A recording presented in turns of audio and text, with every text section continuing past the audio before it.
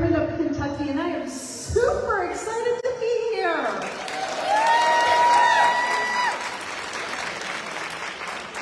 In keeping with the theme of continue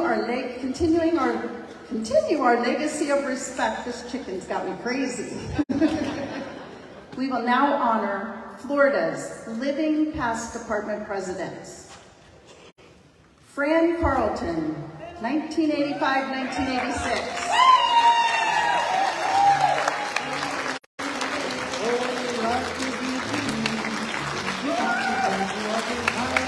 Shirley Fraser, 1995-1996. Patricia Donahue, 1996-97.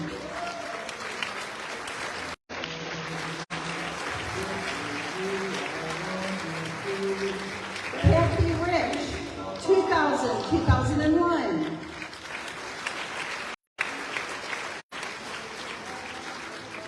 Maureen Costella, 2004-2005.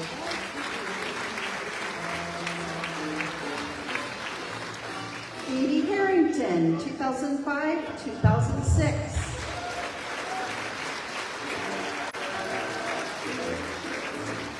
Linda Teasley, 2007-2008.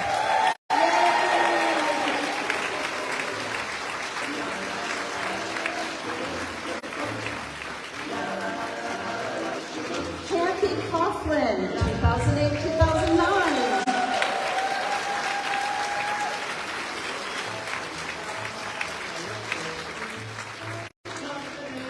Mary Kelly Perkins, 2009-2010. Irma Worley, 2010-2011.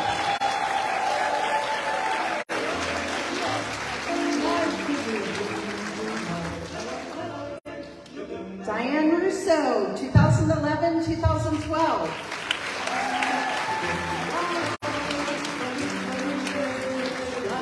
Katie Wilson, 2012-2013.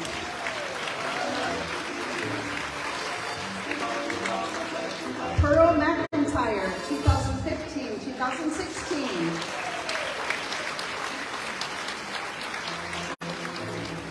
Kelly Kopla, 2016-2017.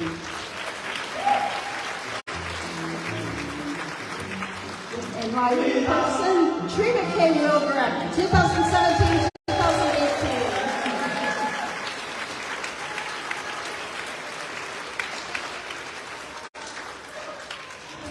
Michelle DeGennaro, 2018-2019.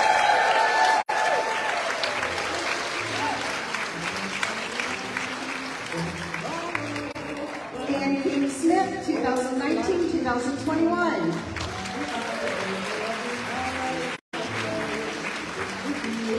Wanda Brandt, 2021-2022.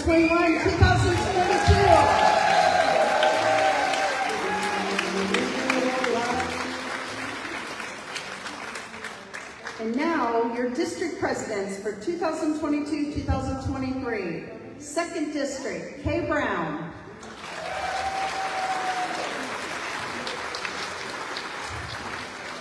3rd District, Irma Weirley.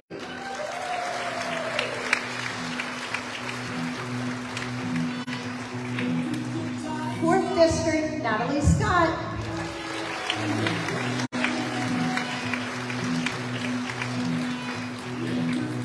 5th District, Nancy Chandler.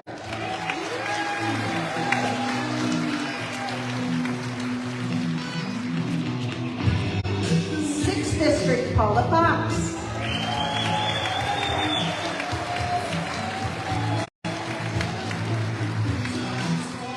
7th District, Faye Kirkland.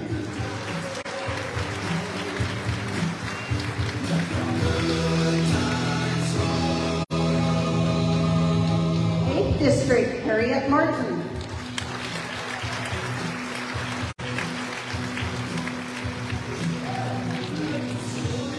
9th District, Gail Dupuy.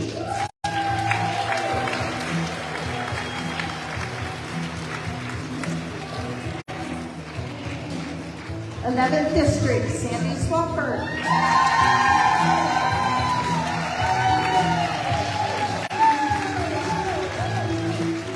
12th District, Shar Finland.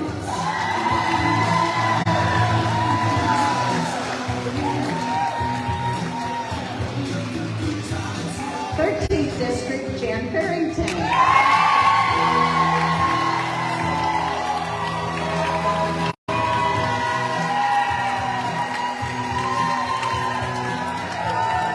14th District, Nancy Cascarelli. 15th District, Eileen Wilson.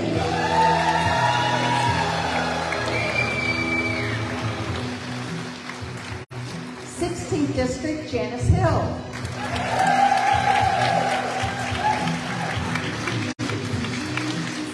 17th District, Eleanor Amato.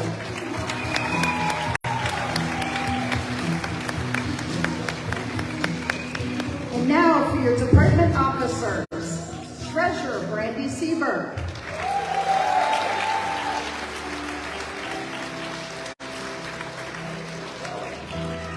Secretary, Mary Kelly Perkins.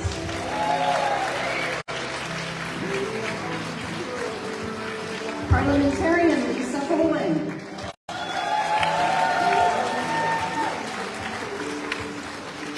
Historian, Annie Anderson.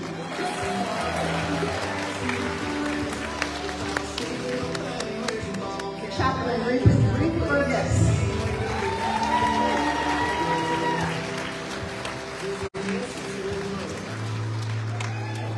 Your third Vice President is Robin Burke.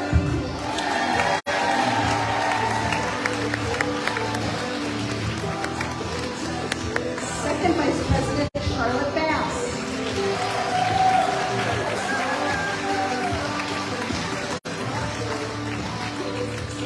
First Vice President, Dee Bell.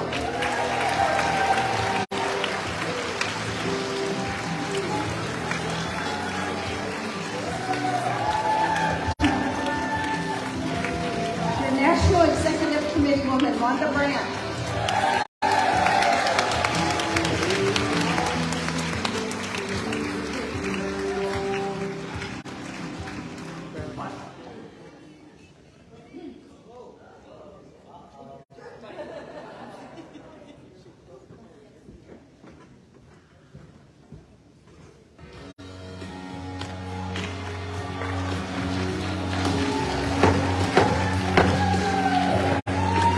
And now, it is my honor to present to you the 2022-2023 Department President, Jane Hardiker.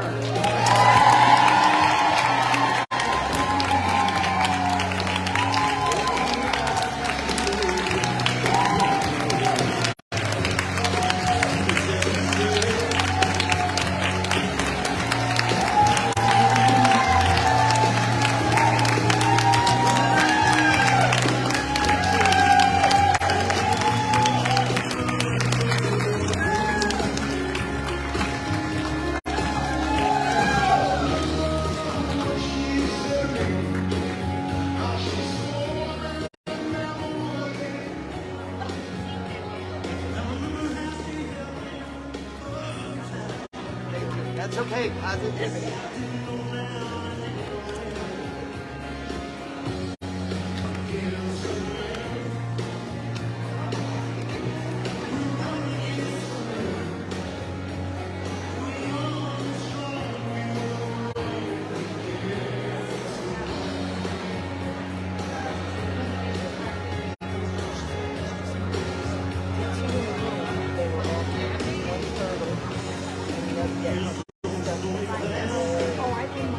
Hey, ladies, please take your seats. Please take your seats. We're letting the ones in that stood in the back. Good morning, good morning. Morning.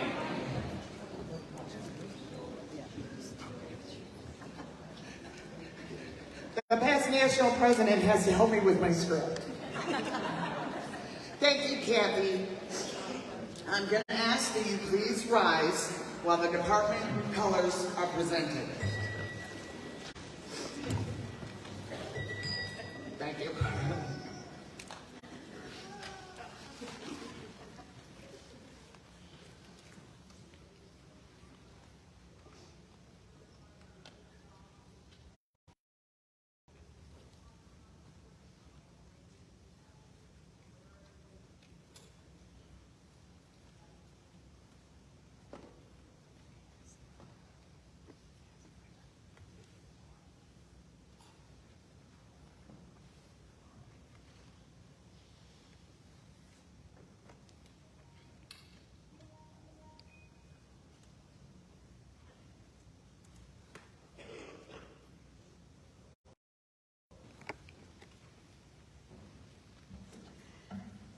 Jane, I now present you with your gavel. May you have a successful and very colorful convention.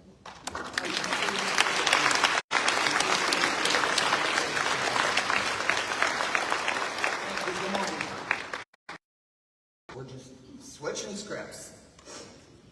Thank you, Kathy. With the Sergeant at Arms, Assistant Sergeant at Arms, Chairman at Pages, and Assistant Chairman at Pages, please escort our very special guest, past National President Kathy Dottistel, to her seat.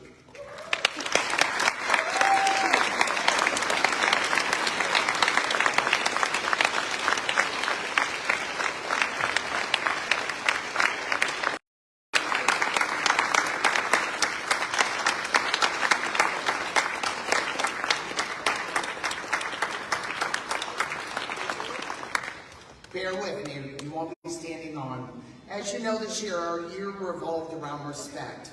We utilized auxiliary members from other departments who live in our great state. One of them is Jerry Greenwell from the Department of Maine, who passed away this year. I had asked her to be my convention chairman, and I would just like to say, Kathy Dottistel, thank you so much for coming and helping us with our convention.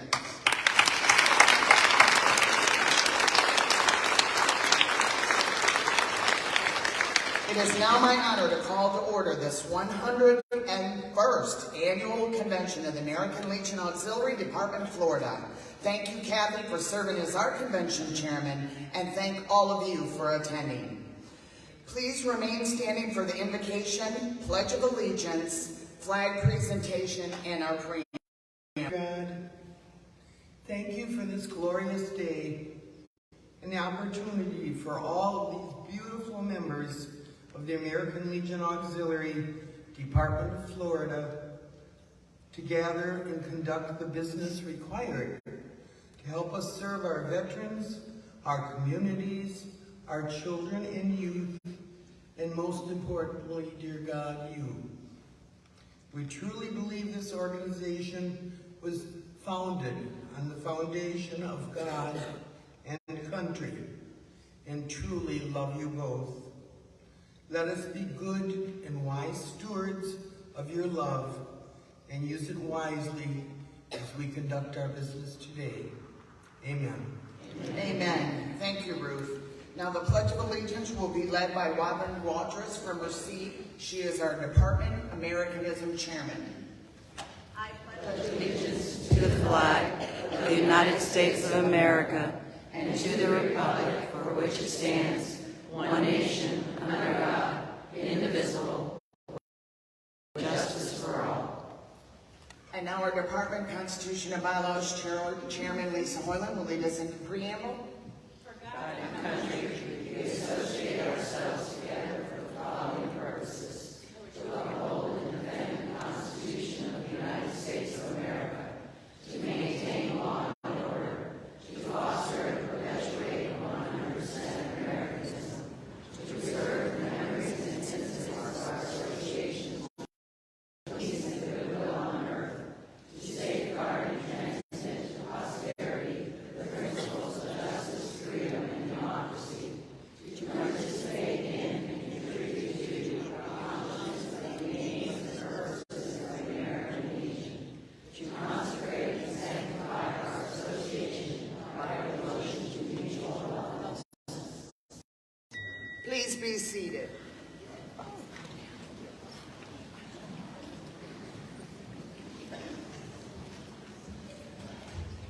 Good morning.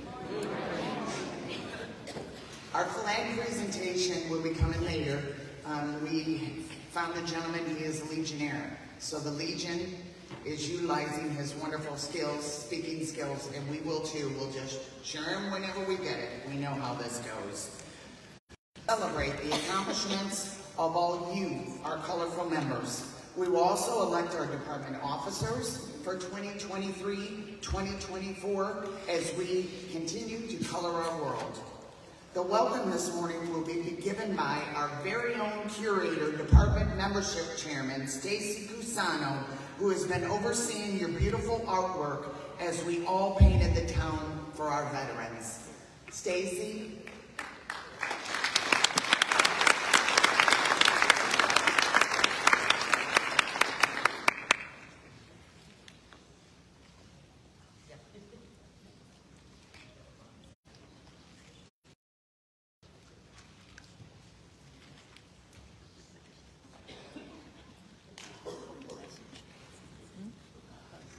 Good morning, everyone. Good morning. Welcome to our lovely convention here. Everyone has done a great job rocking our membership, and I'm so happy to see everybody joining us today. So welcome, and President Jane, we wish you a very successful convention.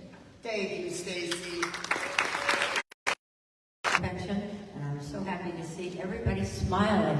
We're so glad that we're going to kick this off. We know. Perfect. Thank you, everyone.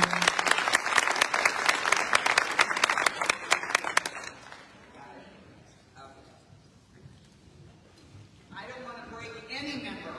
I'm not breaking any member. Thank you, Janice. I appreciate it. The chair asks consent for the following appointments. The following members will serve on various committees for this convention.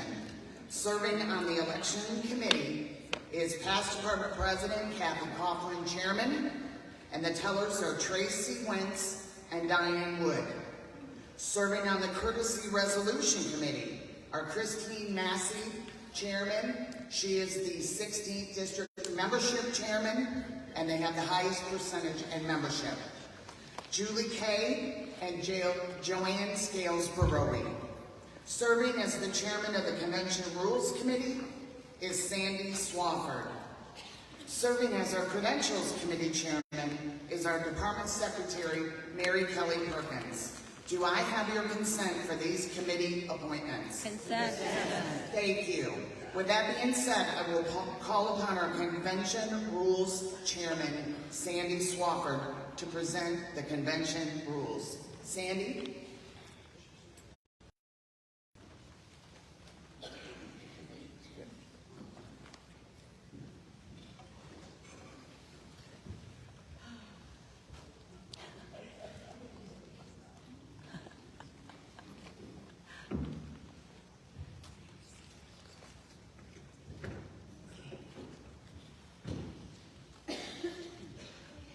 The convention rules are in the convention program book on page.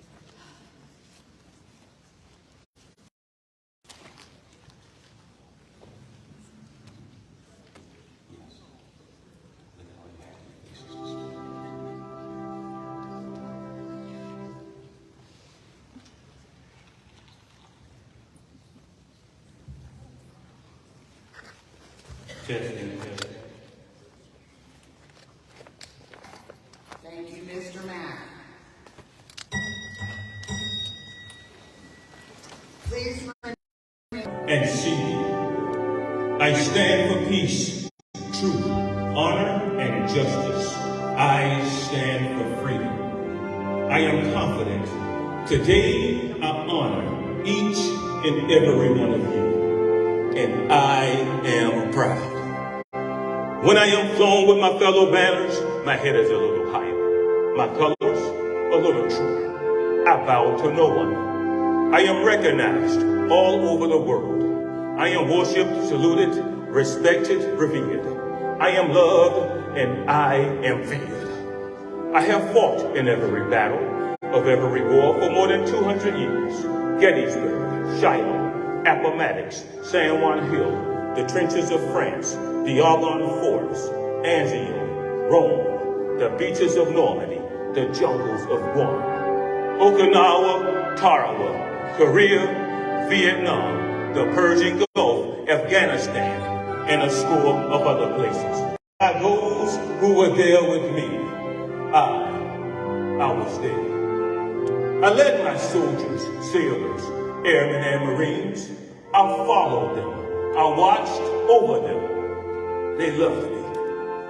I was on it, but when my American troops cheered for the old red, white, and blue, I was proud. I was at Ground Zero in New York City on September 11th as cowardly fanatics attacked America.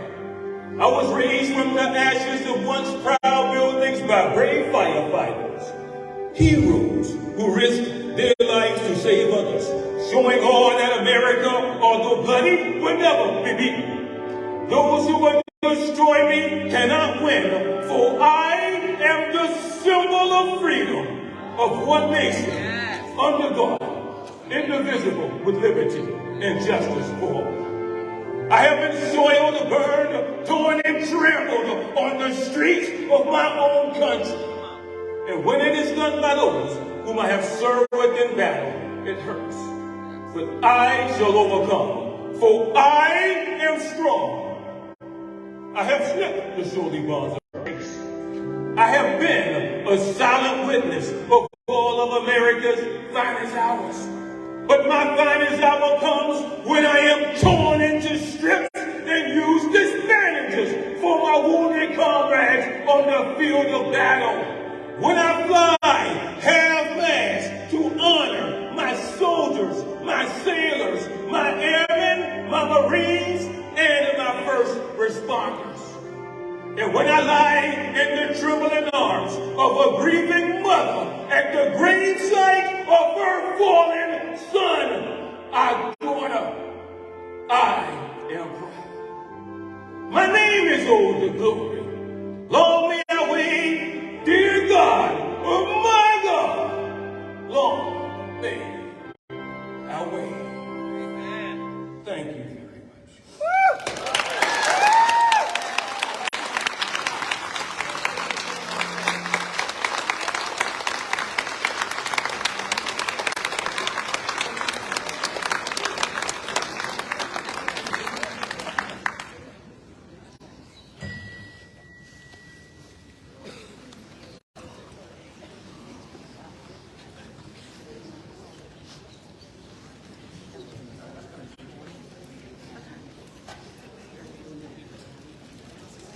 Thank you for indulging us. Wow.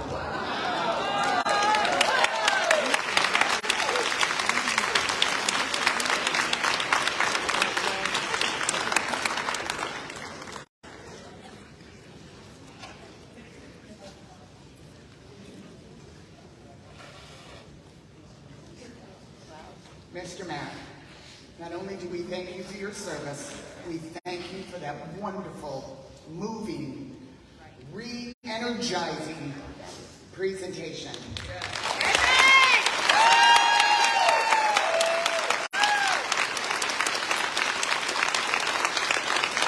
We are a family. You know me. I have preached family all year long, and for the last 15 years, American Legion family. The department president is blessed enough to have units that want to do fundraisers for her, and I purchased 300 military challenge coins, and I am honored to give you one of my coins and say thank you for coloring our world.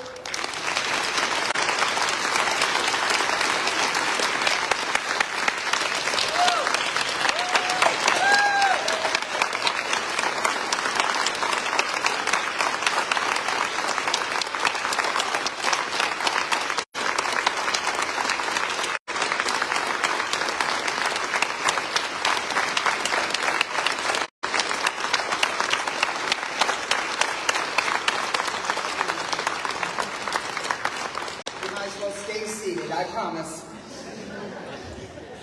Sergeant at Arms, Assistant Sergeant at Arms, Chairman of Pages, Assistant Chairman of Pages, will you please escort our guests to the podium? Department Commander Eunice Butts.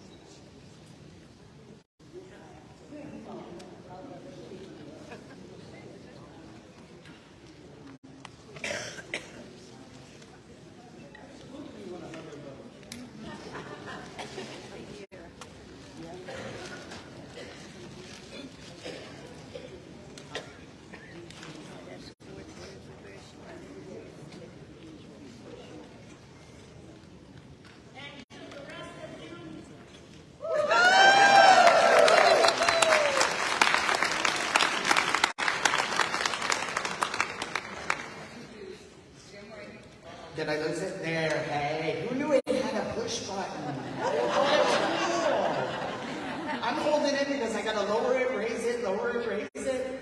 I'd like to introduce the American Legion Department of Florida. He is the NEC, Jim Ramos.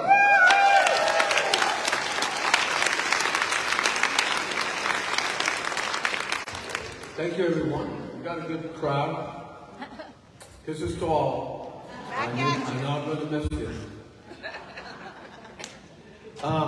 We have some special guests, but the first one I'd like to introduce is our Department Commander, Eunice Butts, with some words of wisdom. Thank you.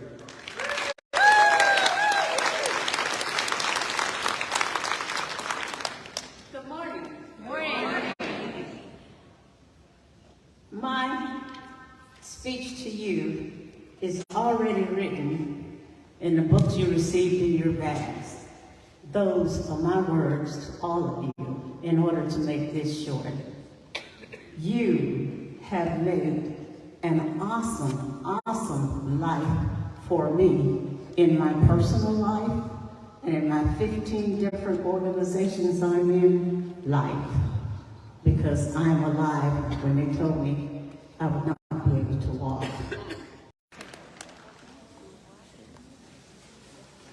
I don't wear bikinis anymore.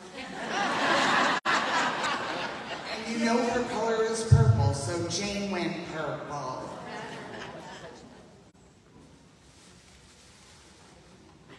On behalf of the Department of Florida American Legion Auxiliary, we did shadow boxes with Commander's Pin and Coin, Department President's Pin and Coin, and Detachment Commander's Pin and Coin. And of course, it's a purple background, and it says American Legion Family, Department of Florida, 2022-2023.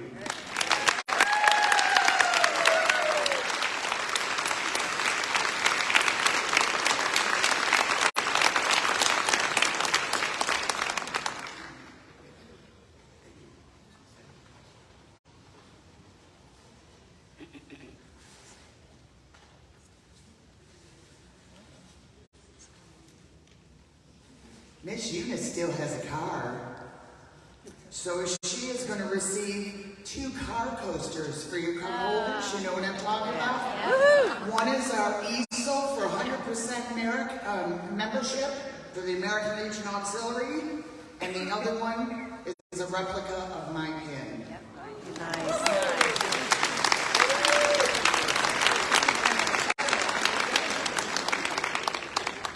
Thank you very much. I will be forever grateful, and you will always be a part of my lives until the day that I close my eyes when the good Lord sees me. Thank you.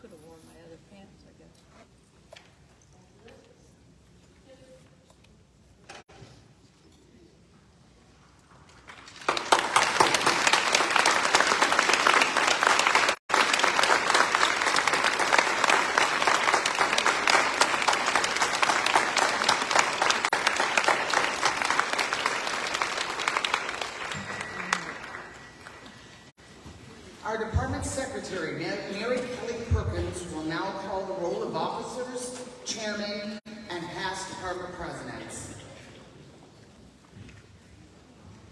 Thank you, Madam President. And all I can say, when the emotional start, it was great. Jane Hardinger. Color me there. Dee Bell. Color me there. Charlotte Bass. Color me there. Robin Burke. Color me there. Ruth Burgess. Annie Anderson. Sherry Shute. Color me there. Brandy Seaver, she is here. I am also here. Lisa Moylan. Color me there. Wanda Branch. Pam Panache. Color me there. Who said that? That's the secretary of the delegation because I didn't specify that she shouldn't answer roll call. Okay. Thank you, Tracy. I love you. It's not your fault. I own it. I own it. Not a problem. I thought she actually arrived, so here we go back. Kate Brown.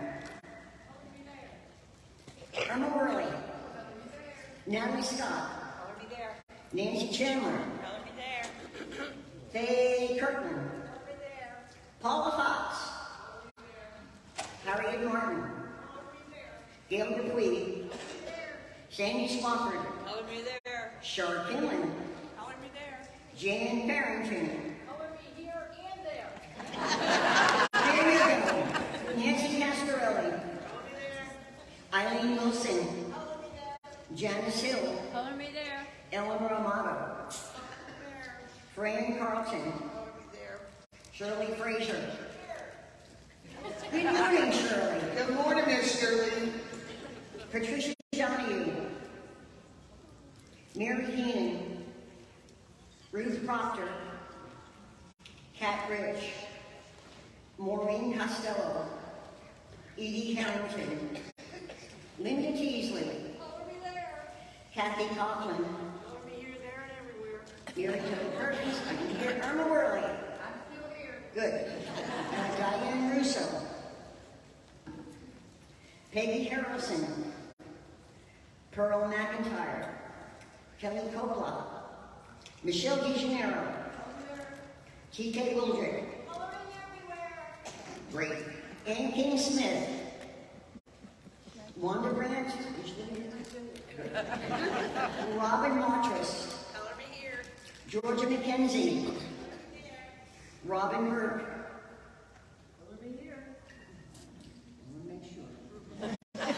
Terry Gallagher. Lisa Boylan. Liz Close. Michelle, you still with us? How about you, TK? Garrett Oliver. And I'm still standing. Shirley Fazano. Thank you. Stacy Casano. Linda Knobloch Harkness. Kim Oakes. Bridget Green. I'm digging. Vern Luke. Color me there. Charlotte Bass. Andrea Sherman. Penny Kinbarra. I'll get it straight one of these days. And Yvette Moore. Yvette. Thank you. That concludes our roll call, Madam President. Thank you, Madam Secretary.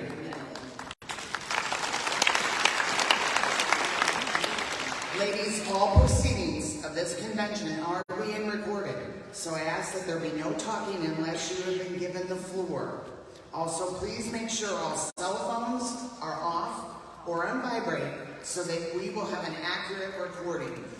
Remember, if your phone does ring or play a song or whatever you have it set to do, and we hear it, you will be encouraged to donate $5 to the Snowball Express. This year, we have several people serving on the national level. I will start with Wanda Brandt, National Executive Committee person for Florida. NEC Wanda will now present the remaining national officers, national chairmen, and national committee members. Wanda, will you join me on the podium? You want my cheaters?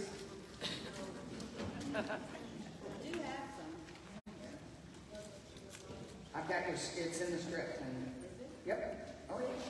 You just come up and you can read my book. Make it easy.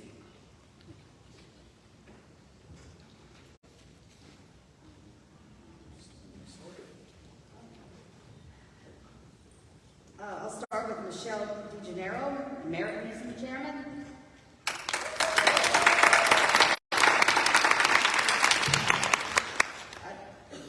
Trevor K. Woodrick, Junior Activities Committee Southern Division Chairman. And Dara Oliver, Membership Committee Southern Division Chairman. That was easy. I told you. Thank you, Wanda. Exactly. Thank you, Wanda, and thank you, ladies, for your dedication and service in representing Florida in these national positions this year. At this time, I would like to have all of you, our Color Me There members, please stand. I want to officially thank you for all that you have done this past year to fulfill our mission of service, not self. Thank you for your hospitality and overwhelming generosity towards me and my friends as we travel throughout the state visiting you and our amazing members, and thank you for coloring our world.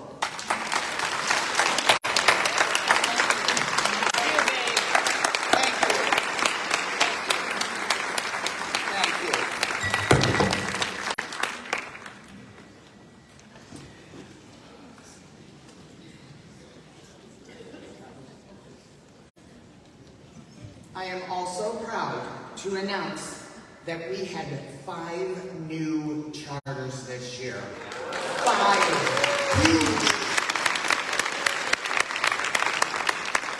In the 15th district, we had Unit 108, Land O'Lakes.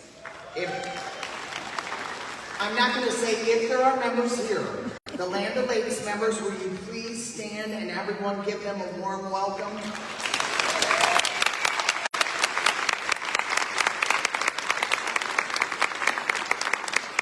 Thank you. As you know, they received their charter at our fall conference. The other units are as follows. In the 3rd district, we have Unit 83, McElhaney.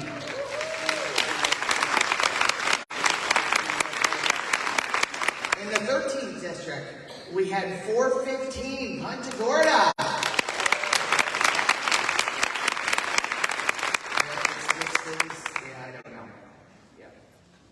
In the 15th district, Unit 418, Spring Hill.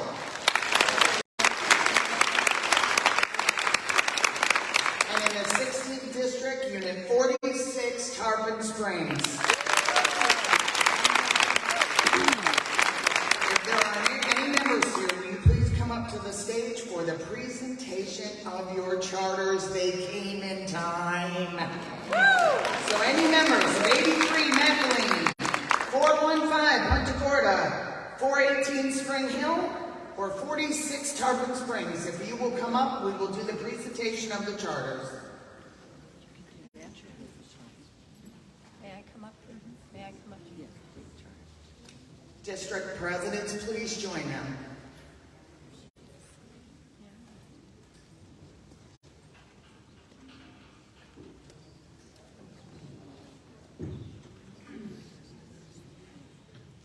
Ms. Verna Lou? Yes. Do you mind taking pictures? Okay. Please, yes, you have permission to come on stage. Hasn't she done a wonderful job at PR? Amazing. Amazing. I'm not singling her out, but if you're watching Facebook and Twitter and TikTok and YouTube and boo, she knows it. Which one first? Okay, Tarpon Springs 46. Is there anybody here from that unit? Is there any members from the unit? You know, she's 73. I know you're the district president, honey. I'm asking if there's any unit members with you. Please come to the stage.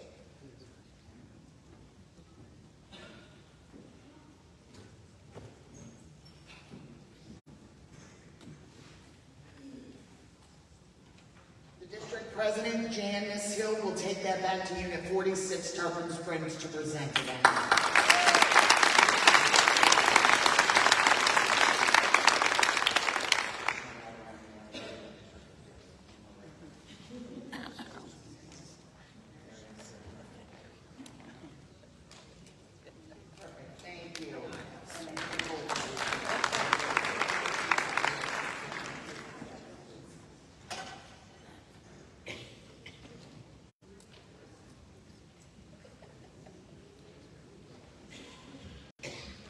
Okay. Next is 83 of McElhaney. District President Irma Worley. Are there members here? Oh, please join me on stage. How are you? So excited. Irma Worley said, and they are just ready to go. Perfect.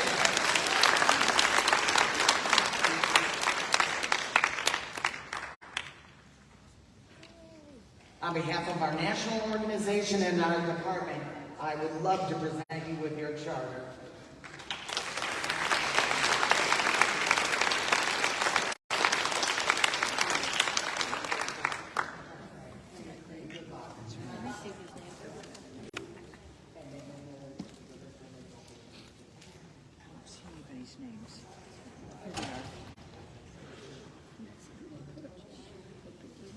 Okay, now we're at 418 Spring Hill.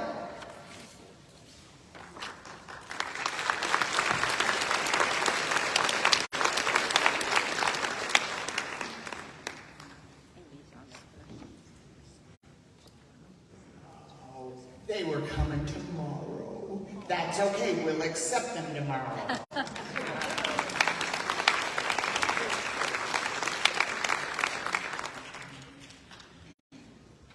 And the last one,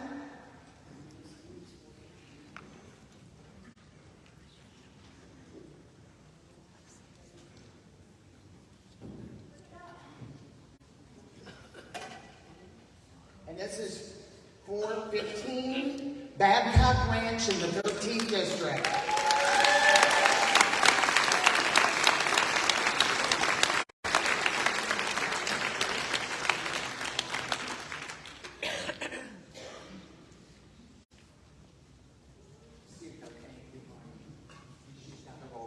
Let's give all those units a hand.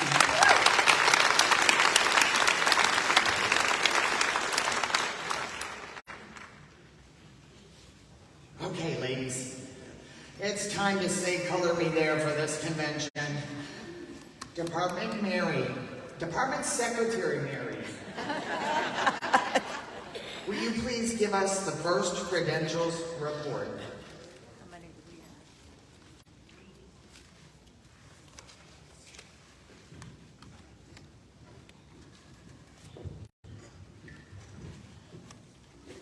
Unit 1, 7 votes. Unit 30, Unit 40, Unit 5, 3. 6, 5. 7, 7. 8, 8. 9, 3. 10, 6. 11, 0. 13, 3. 4.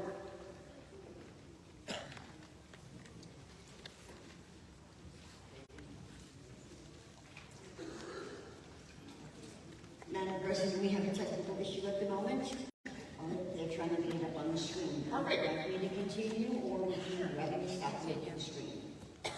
Would you rather wait for the spreadsheet or listen to it? They're shaking their heads.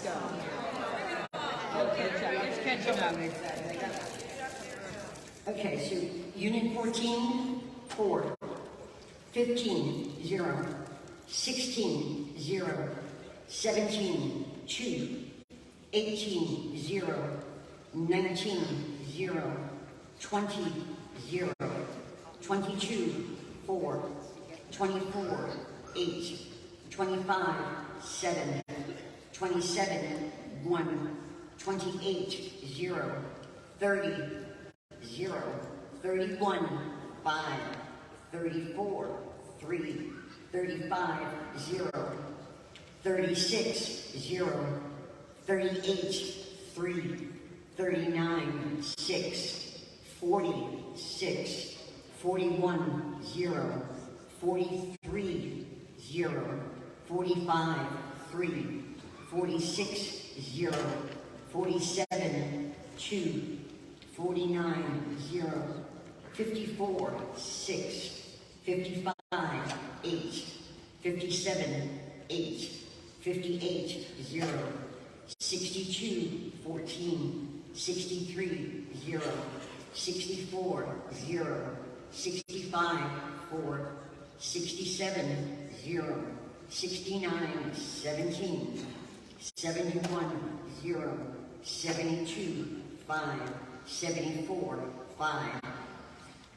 75, 6, 77, 3, 79, 11, 80, 10, 81, 6, 82, 0, 83, 2, 84, 3, 88, 4, 90, 8, 92, 3, 98, 2, 99, 0, 100, 0, 101, 0, 103, 5, 104, 0, 107, 3, 108, 2, 109, 0, 110, 13, 111, 0, 112, 2, 113, 8, 115, 0, 117, 13, 119, 0, 120, 6, 123, 0, 125, 8, 126, 0, 127, 0, 129, 10, 130, 6, 133, 3, 135, 0, 136, 8, 137, 11, 138, 13, 139, 4, 141, 0, 142, 7, 147, 0, 148, 6, 149, 0, 152, 7, 154, 2, 155, 5, 157, 5, 158, 6, 159, 16, 162, 0, 163, 7, 164, 5, 166, 5, 167, 0, 168, 0, 171, 0, 173, 0, 180, 0, 183, 5, 186, 10, 189, 6, 191, 3, 192, 2, 193, 0, 194, 1, 197, 2, 199, 0, 200, 0, 201, 0, 202, 0, 209, 0, 210, 0, 215, 0, 217, 0, 219, 6, 220, 3, 221, 0, 222, 3, 224, 3, 230, 0, 233, 5, 235, 5, 236, 0, 237, 7, 238, 12, 239, 0, 240, 8, 241, 3, 242, 0, 244, 0, 248, 0, 250, 0, 252, 26, 254, 5, 255, 0, 259, 3, 266, 5, 267, 6, 268, 0, 270, 8, 271, 6, 273, 81, 274, 0, 275, 3, 277, 0, 283, 13, 284, 0, 285, 2, 286, 5, 287, 0, 288, 0, 291, 0, 296, 4, 303, 3, 304, 0, 305, 2, 309, 0, 310, 0, 312, 0, 316, 10, 318, 29, 321, 6, 323, 10, 325, 6, 330, 0, 331, 0, 333, 0, 335, 5, 336, 10. 348, 344, 1. 346, 0. 347, 0. 348, 6. 351, 0. 356, 2. 358, 3. 359, 3. 361, 0. 365, 0. 366, 3. 367, 0. 372, 0. 373, 0. 374, 0. 375, 3. 378, 3. 382, 5. 383, 0. 392, 3. 394, 6. 401, 0. 402, 3. 412, 0. 418, 2.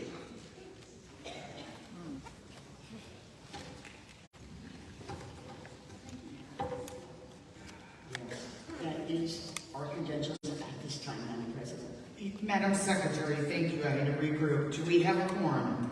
Yes, Madam President. Thank you. I will now call on our Resolutions Committee, Cheryl Yoder, Lisa Moylan, and Michelle DeGennaro for the reading of the proposed amendments to the Constitution and bylaws. They are in your booklet, provided in your convention packets.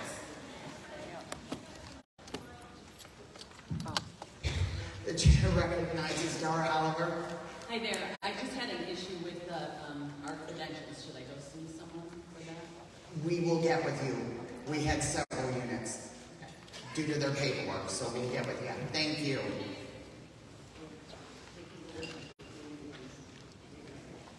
Okay, they're saying they're ready for you now. If you have a question with the credential numbers, you can head over to Brandy and Nana, Risk and Compliance.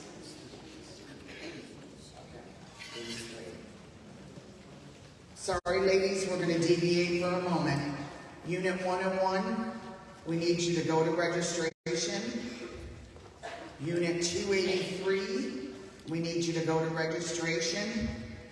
And Unit 382, we need you to go to registration. So the secretary of your delegation needs to go to registration. Unit 101, Unit 283, and Unit 382. District presidents for those said units, will you please make sure that they're representative heads now, because you're all sitting together in your district. And by the way, how do you like the signs? Oh, they're great. Thank you. We are recording, so I officially call this session to order. Our department secretary, Mary Kelly Perkins, has an announcement, and then she will do the roll call of officers, chairman, and past department presidents. Thank you, Madam President. Is there anybody here from Unit 20? Unit 20. I need to see you before the close of business today, so word gets out she's in the 11th district, if I'm not mistaken. Sandy Swafford, where are you? Okay. She's here. I don't know where she is. It's a requirement. Madam President, did I say that correctly? Ruth Burgess. Good. Sherry Shute. Telling me there. Brandy Seaver, she was here. She's in the office. Oh, there she is. And I did come back. Lisa Moylan. Wanda Brandt. To my right. Pam Panache, we know she's not here. Kay Brown. Irma Worley.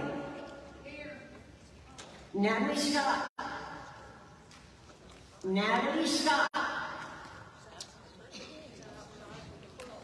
Nancy Chandler. Telling me here and there. Thank you, ma'am. Faye Kerwin. Paula Fox. Harriet Martin. Harriet.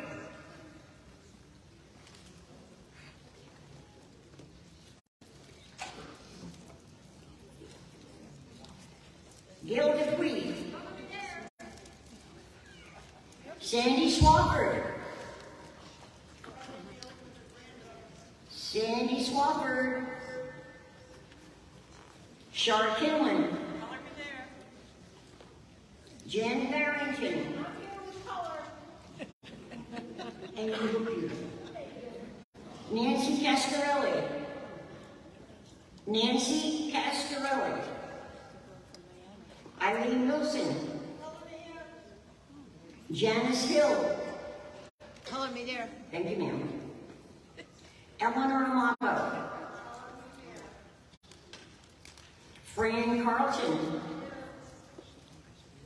Shirley Frazier. Shirley Frazier.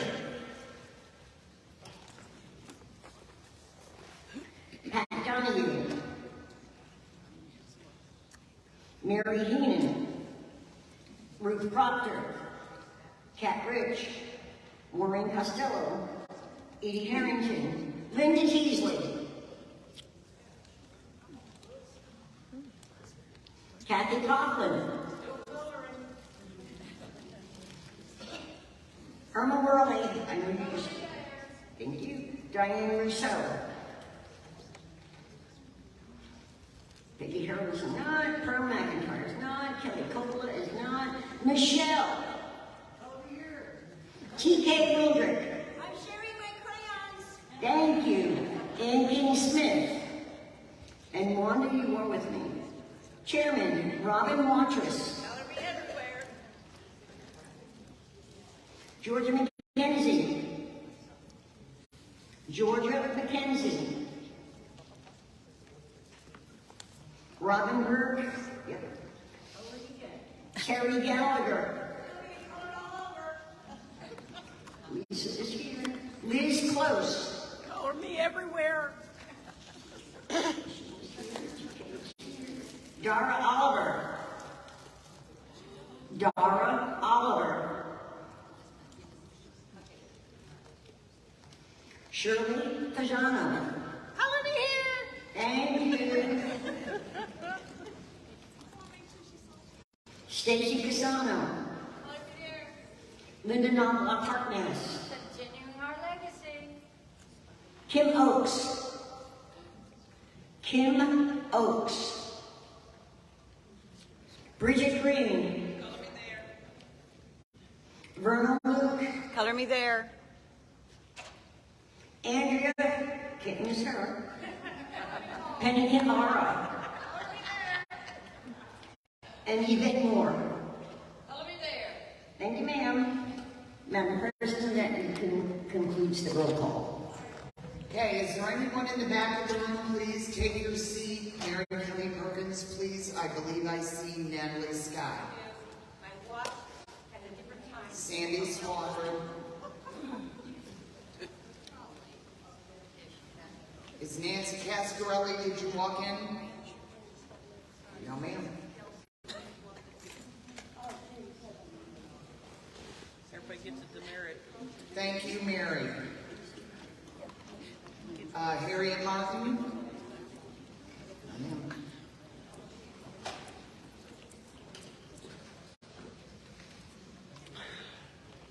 Let me just get back to my chairman in the script, because you know how that goes, and then we're jumping back and forth, and that's okay.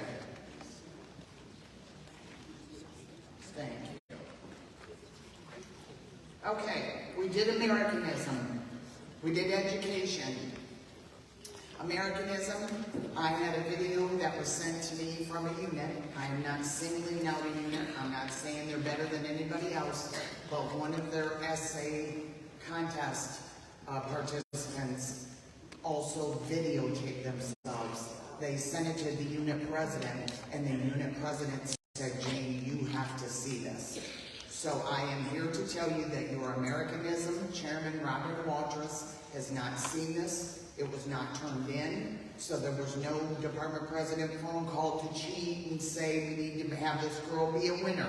I just thought you members would enjoy this video of her essay the same as me. Now keep in mind, the essay contest was only what does patriotism mean to me. IT, please. Yep, you're fine. to prepare our chairman. Juniors is up next, then children and youth, and community service.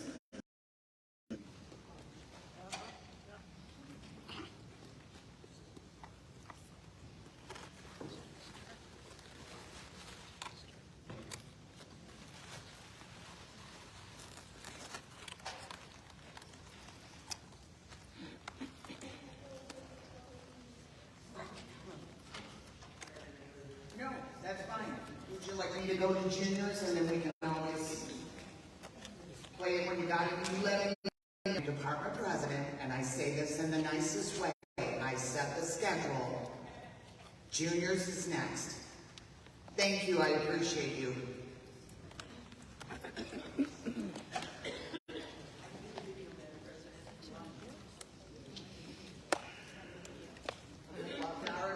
While Dara's getting gathering your report, that we have the video. One moment. Assistant Sergeant Arms, could you just dim the lights since you know where the switch is? Well, you both do, but yeah, if you just don't mind dimming them, this will be worth it.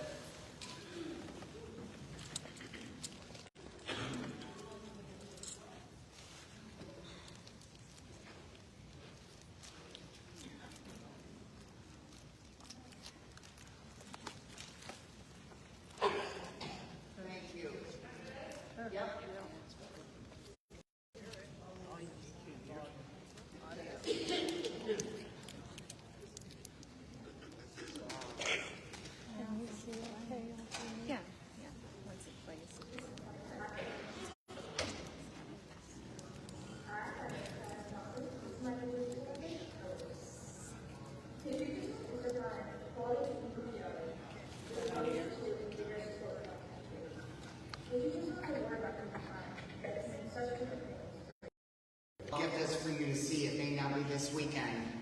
Patriotic means to her colors. The red, white, and blue of the flag.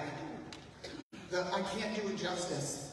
The colors of the fireworks on the 4th of July. Colors, everything was colors. Colors, colors, colors. And the unit did the right thing. They didn't say a word to the young lady. They just said, we love it. Thank you very much. And she called me and she said, I need you to see this video. She never asked me to do anything with it. And I promise you, our Americanism chairman, Robin Watrous, knew nothing of this. But that this young lady would talk about patriotism in colors, not having a clue what our theme was this year.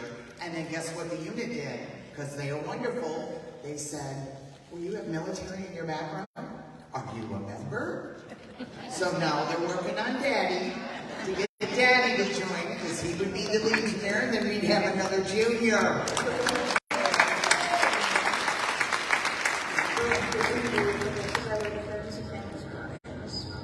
It's a blue link. Okay, let's try it, hey?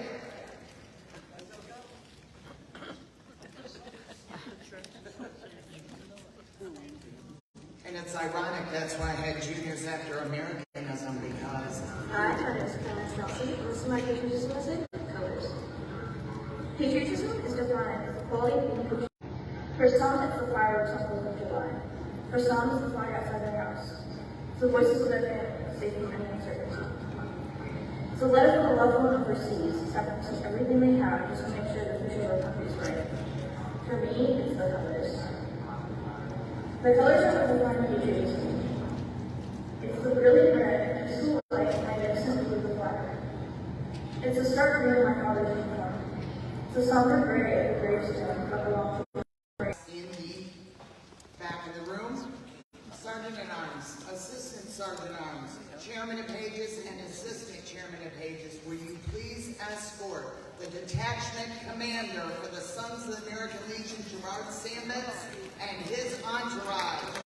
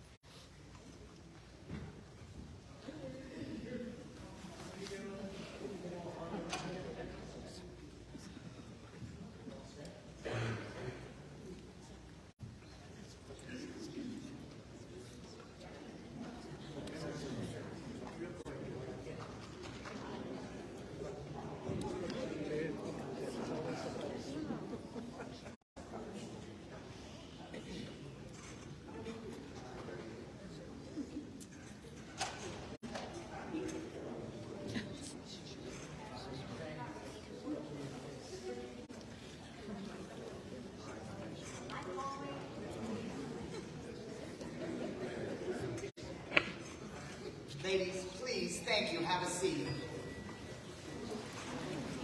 I want to introduce your detachment NEC for Florida. He represents Florida, similar to we do in the auxiliary, Bill Kelly.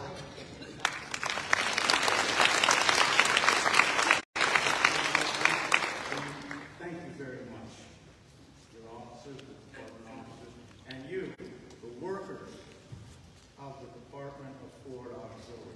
Thank you very much. I'm not speaking into it.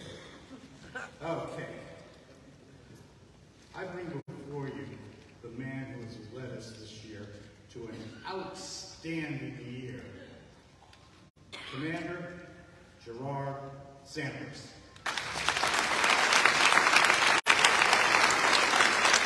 Hello, everybody. Hi. Thank you very much. It's an honor and a privilege to be here.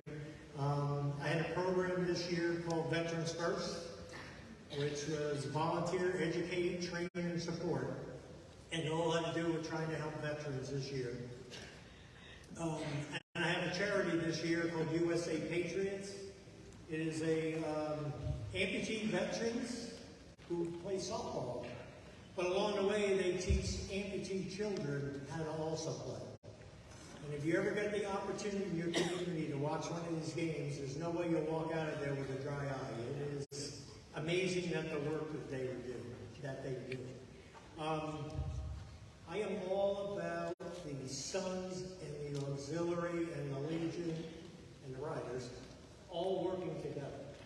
So everything we do, the Sons cannot be successful without the Auxiliary. It is a fact. I know some of the guys don't agree with me on that, but it is definitely a fact. And just to prove it this year, we had, Jane and I had a shared homecoming in Clearwater. And the cooperation between both of us to get everything accomplished and everybody there was absolutely tremendous. So I want to thank you again for that day.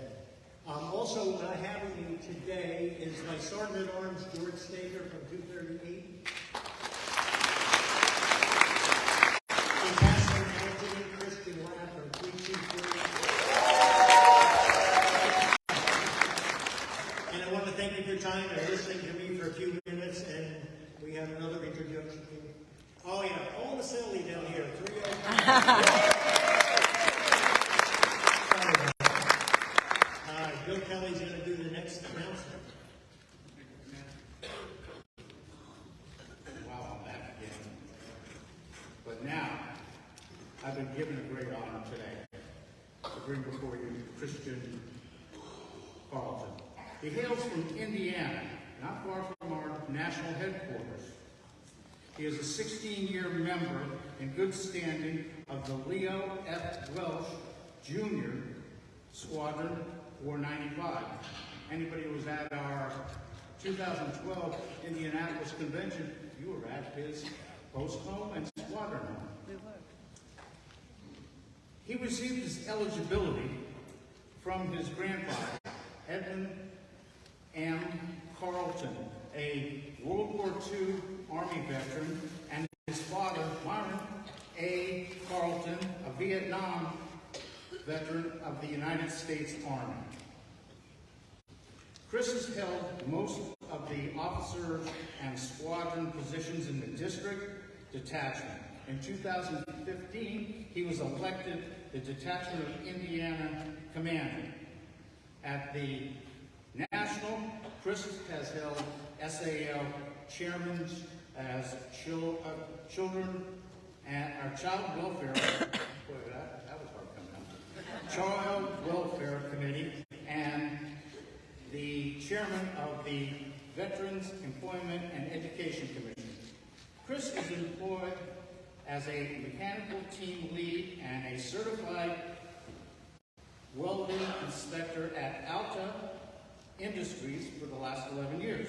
He is married to his wife, Veronica, a BSN RN and a 35-year member of the American Legion Auxiliary Unit 495. Please give a Florida welcome To a friend of mine and a friend of yours, hopefully, come on up and greet him while he's here for the next couple of days. National Commander of the Sons of the American Legion, Christopher Carlton.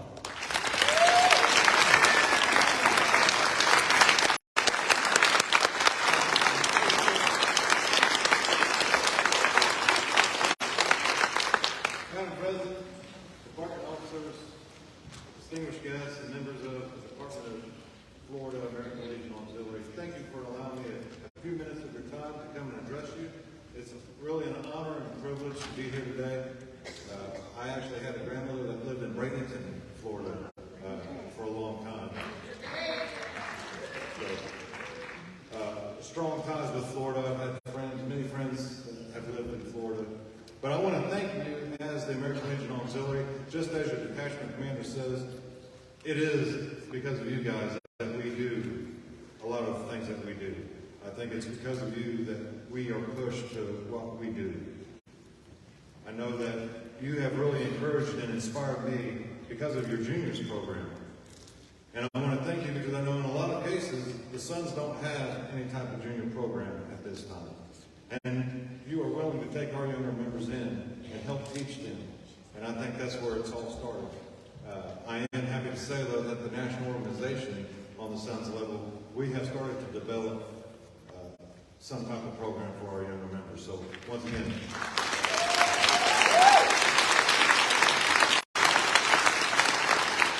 thank you for showing us the way.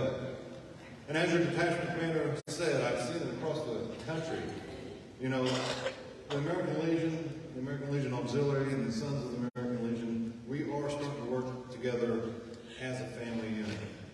There's a quote that I came across, an anonymous quote, and it said that a family doesn't have to be perfect.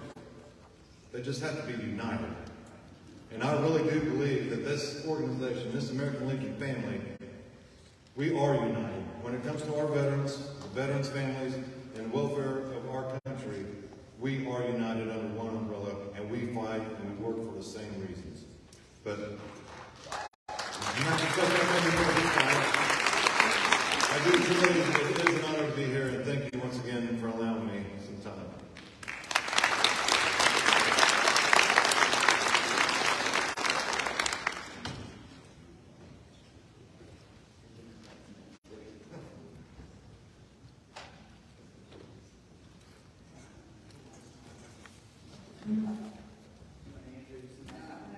Okay, Gerard's back. As you know, the Sons are avid supporters of Special Olympics, so they have some awards that they would like to present. And it'll be quick, it's only 3 of them. We have a bronze award presented to Auxiliary Unit number 28. If you're here, you can come and get it.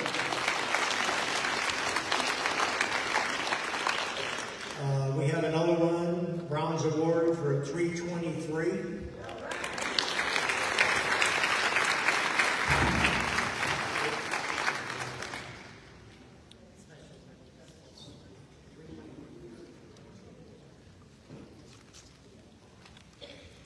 And there's a gold award for Unit 361. Thank you for contributing and working the Special Olympics program. If the unit members are not here, can the district president come up, please? And thank you. Holly, do you want to take pictures or Teresa, you take auxiliary? I'm going to see if Holly wanted to take a picture as well.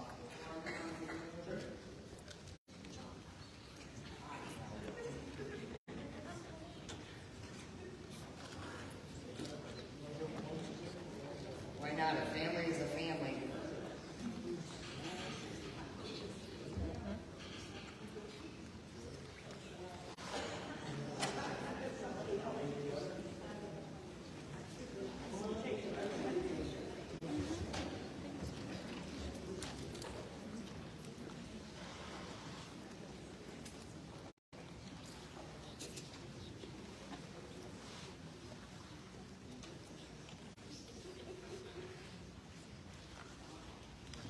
Let's hear for all these units.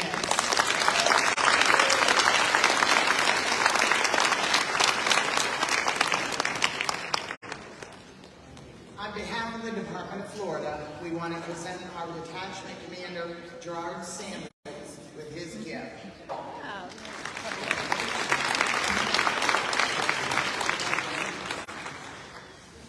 It's a picture of Jamie. Oh, wow, that's nice. I thank you very much, everybody. He did really good.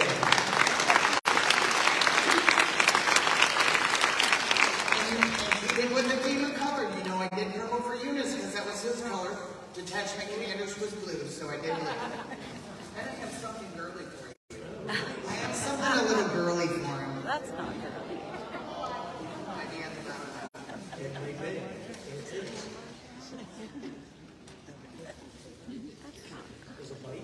No.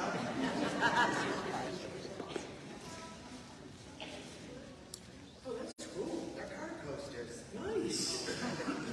You're very cool. Thank you very much. Thank you very much. And by the way, color me here.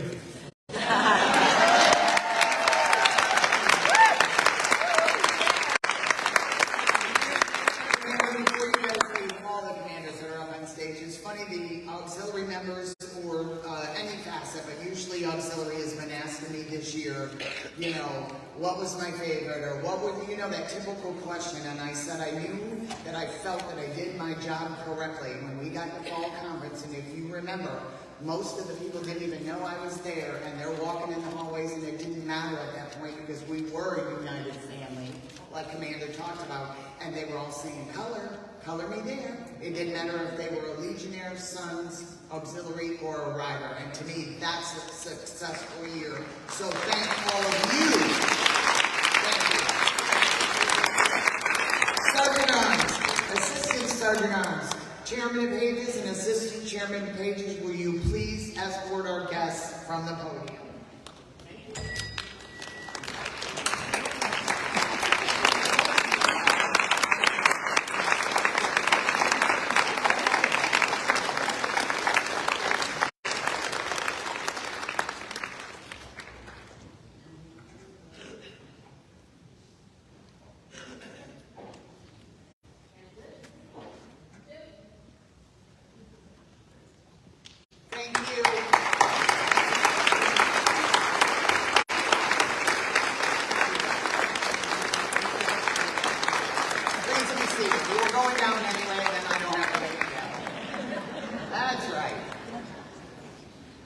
Okay, now we're going to continue on. Thank you for allowing us some free time with the video because I thought it was important that the that SAB listens. So I appreciate you. Next, we're going on to our next chairman, and that is juniors. Dara Oliver. I'm here. Here she is. Come on to the podium. Thank you.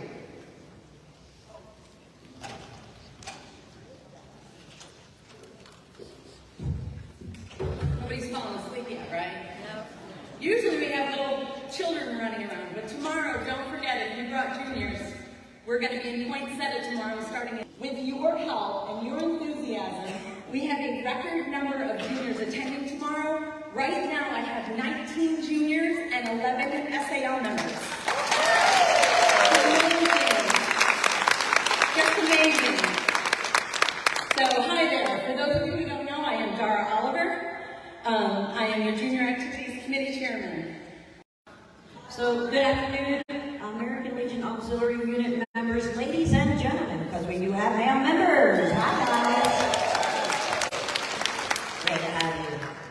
Community service took on a whole new meaning this year in the state of Florida. The devastation of the Hurricane Ian brought many units closer together and brought the nation forth for one purpose. Helping communities in need is where much of our focus and attention was needed. With three districts turning in the reports, we had 2,957 volunteers who spent 161,797 hours for the community service.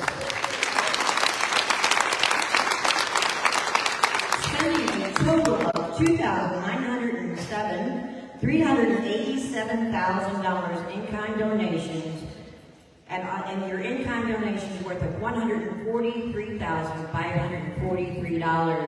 You guys did a fantastic job.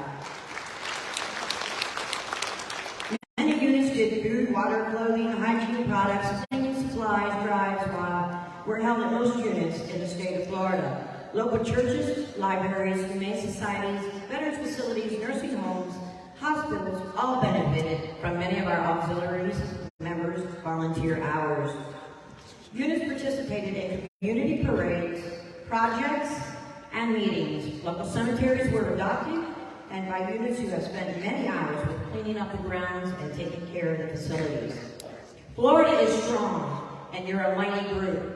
Keep up all the good work that you do for the community that you live in. All that information is in the book of reports. We have a long list of stuff that everyone has done. Please look in the book of reports so that can't single anybody out because everybody did a fantabulous job. Madam President, may we give our awards? Yes, you may. Thank you. So the Department Award, which is a Jan Croft Hometown Award, goes to the John Gallimore Memorial Unit 219, Fruitland Park.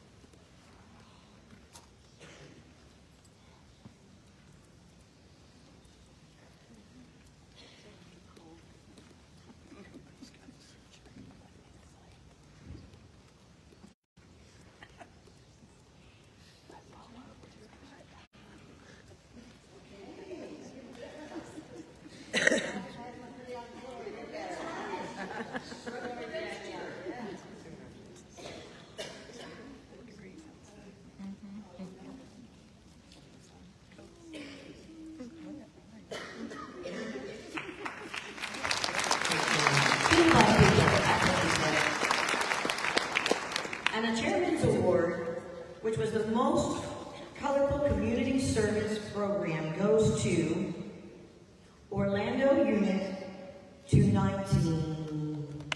Orlando Unit 219.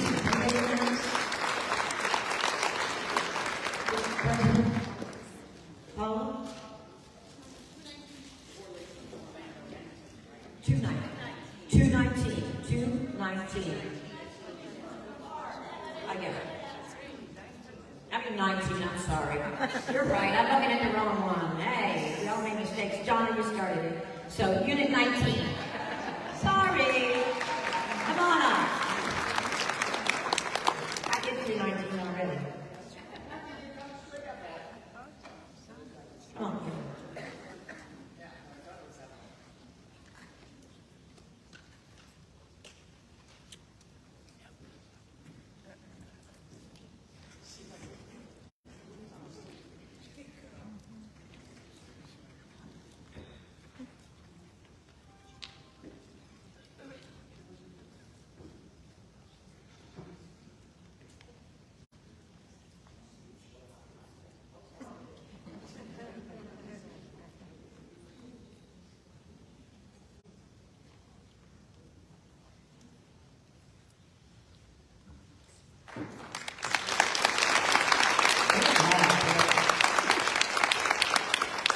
Madam Chairman, evidently juniors can do a lot. Yes, they can.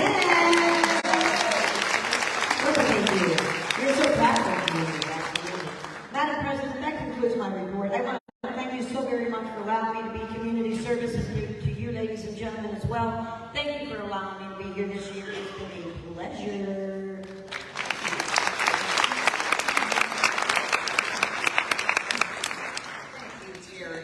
Next up is Constitution and Bylaws Chairman Lisa Hoyt.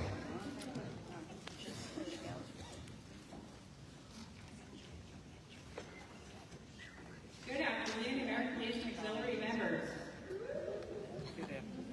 Some things are just better together, and that is true for our Constitution and Bylaws program. This program provides sound direction and guidance to make important decisions provides clarity on how units operate. 192 units made changes to their governing documents during the 22-23 fiscal year, including increased dues, removing the bullying clause, removing the reference to female member. ALA National made a change to delete complicated memory and past President Carly. Department of Florida elected to keep the past President Carly program. Since the Department Constitution and Bylaws Chairman no longer approves unit documents, they are reviewed and sent to the Department to post on the website. Thank you, Penny and headquarters, for all posting all of these documents all year.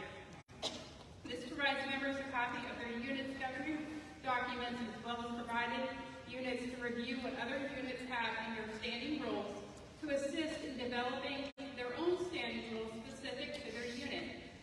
The ALA Florida Constitution and Bylaws Facebook page is currently active and has 432 members, and I would like to send a special thank you to several people who made this year successful. All district presidents and Constitution and Bylaws chairmen, for your hard work this year. You continue to color me there when presenting changes at School of Instructions, district meetings, and making phone calls. You all ensured that deadlines were real. District 13, Hurricane Ian. Most of the posts damaged, if not completely wiped out. Our members' home units found themselves without a post or place to meet.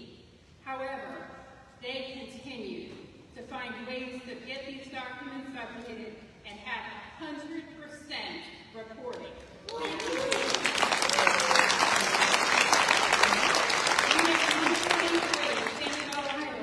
They took the direct hit. Couldn't find whiteout. President Jan gave me a call, and they got it done, ladies and gentlemen. They got it done. Unit 303, Bonita Springs. They included the disaster preparedness section in their standing rules. Unit 259, Dewberry. They hosted the CME luncheon to their members. Thank you, Gina Kaiser, and back in the room, for serving on this committee and for all your hard work and support in assisting with the review of unit documents needed to be updated. And to you, our members, who worked this program this year, thank you. Our past National Constitution and Bylaws Chairman, Ms. A.H. Hoffman, said, much time and thought has been given throughout the years to our organization in the form of a Constitution. These rules are yours. You have lived them, you have felt them, you have brought them to national organization. And I just finished like real quick. I am so sorry. 3 minutes, I'm so sorry. No words. Let's hear for Lisa. Thank you.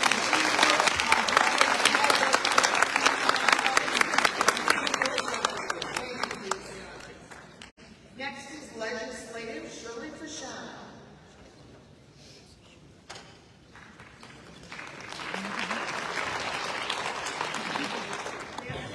Did everybody have a nice lunch? Yes. Yes. Okay, throughout the great state of Florida, we had units educating their post-family members on legislative issues that involved our veterans through the use of the auxiliary Facebook pages, newsletters, and through verbal communications. Members not only worked at the polling stations, but also provided transportation for those unable to drive. A few reported that their city mayors were even hands-on with easy access. Along with holding Legion family legislative events, coordinating meet and the candidates and attending town hall meetings. They participated in local legislative issues, sending emails on current state and national issues, participated in the Florida Department of Agriculture, local law enforcement, and fire departments, and hosted many legislative luncheons. They invited their elected officials to the various veterans events, which gave them the opportunity to exchange information on the needs of our American veterans, making phone calls, writing letters, and sending emails on issues of importance, and invited them to their unit meetings. They had great results when calling on specific issues.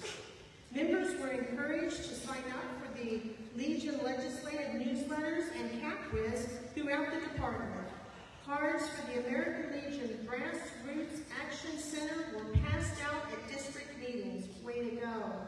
Some of the 117th agenda topics that were presented to the units to act upon were the PACT Act, Strong Veteran Act, Buddy Check, World War II veterans to the VA, military sexual trauma, GI benefits for National Guard, and protection for Camp Lejeune survivors.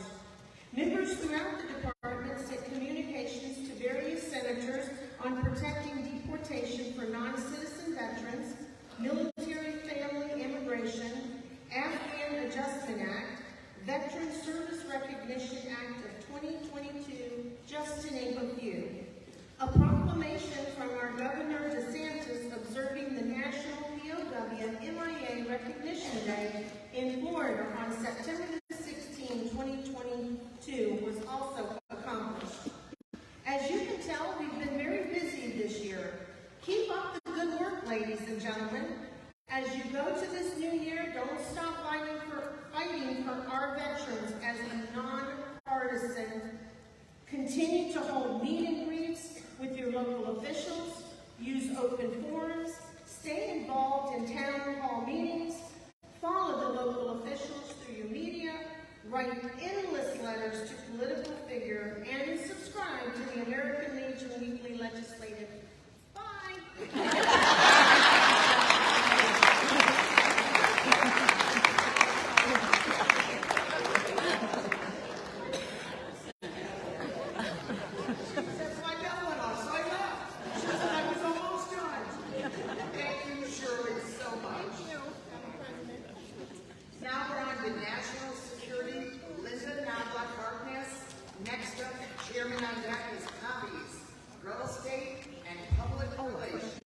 Shoes. Oh well.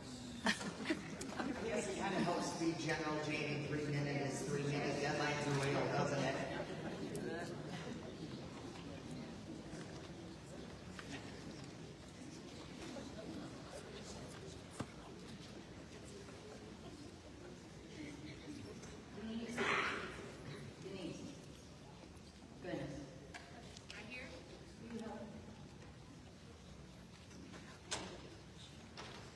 Let me begin by saying I love this program. The National Security Programs allows us to embrace the entire military family, from the service member to the spouse, to the children, and even the parents. And you did just that. There is no possible way I can report even a small part of what you have accomplished this year in 3 minutes. Our military received packages worth $11,602 in goods sent from our units who donated 1,461 volunteer hours to ensure our service members knew we hadn't forgotten them. The Department of Florida loves the Troop Bonds program. With 11,861 volunteer hours, you sent $5,422,500 worth of coupons to our military families across the globe.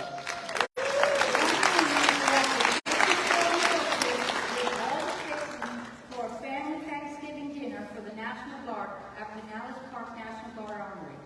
The Department of Florida continued to work with Operation Homefront and Dollar Tree stores for Back to School Brigade and Holiday Toy program. In all, we had 2,289 volunteer hours and $33,165 in donations, including in-kind donations from the Dollar Tree. Units adopted military families. By adopting a family, they will provide holiday dinners, present school supplies, clothing, gift cards, and other needs throughout the year. Not only did you donate the usual, but donated handmade crocheted matching baby blankets with hats and expecting military families. One unit held their Operation Toy Soldier in December. This event is to provide stuffed Christmas stockings to local military families whose parents may or may not be home for the holidays. Our units worked having packing parties with the Blue Star mothers to send packages to their deployed children. We also had the honor of providing 13 Blue Star banners. A unit had a formal tea to pay tribute to 13 Gold Star mothers. Many units honored local heroes on 9/11 by stopping by the local firehouses with baskets of goodies because snacks are always appropriate. There were breakfasts and luncheons galore. It is a source of pride to work with the junior ROTC and ROTC. Our units volunteered 653 hours, $5,658 and helped with 66 medals. The Department of Florida membership is a giving group. They even donate blood. A total of 620 volunteer hours were reported with 581 pints of blood.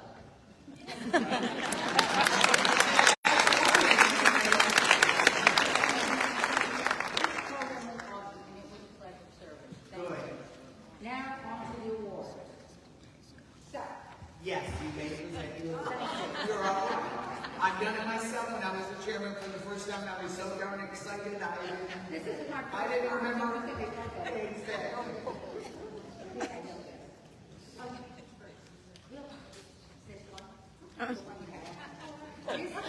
We're going to start with the best all year round. We're just going to start there. So this is for the best all year round. And this one is sponsored by the Orlando Unit 19. This is the Margaret Peggy Tone Award. And this goes to the Herbert Gilbert Strickland, Unit 138. They touch every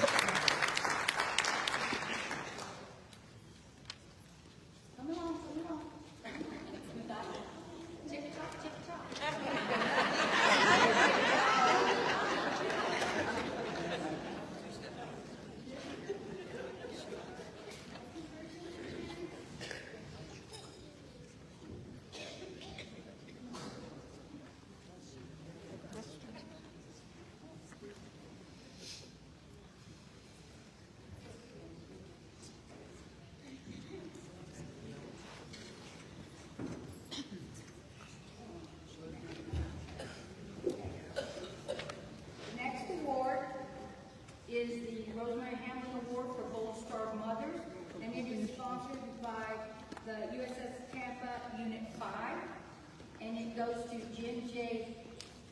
Gillio, Unit 283.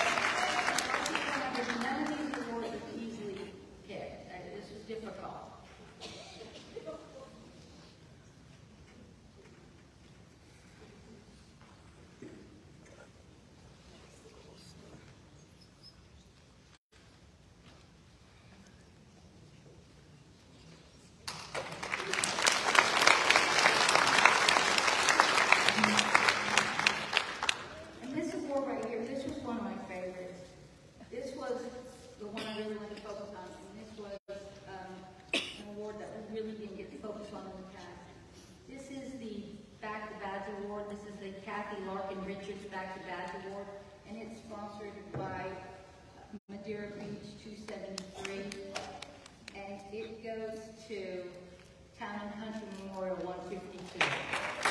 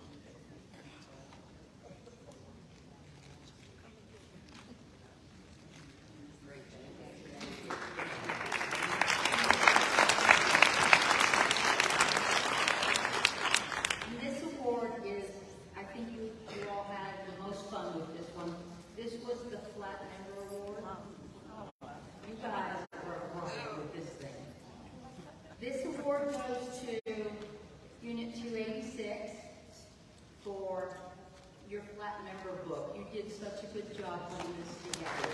I'm Catherine Moore, I'll be the coordinator.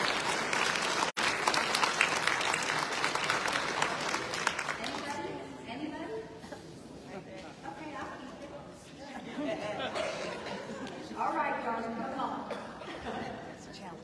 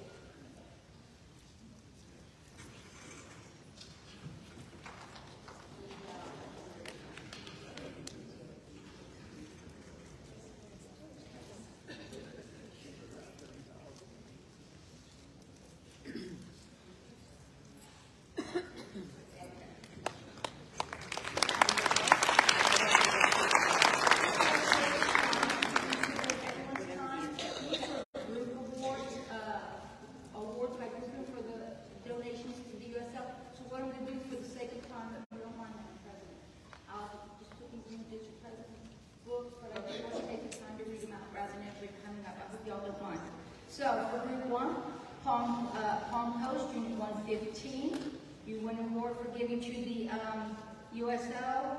For Group 1, Group 2, Jacksonville, Unit 88. Group 3, St. Petersburg, Unit 14. Port St. John, Unit 354, Group 4. Group 5, Jacksonville, 283. And Group 6, Seminole, Unit 252. Thank you all for joining us.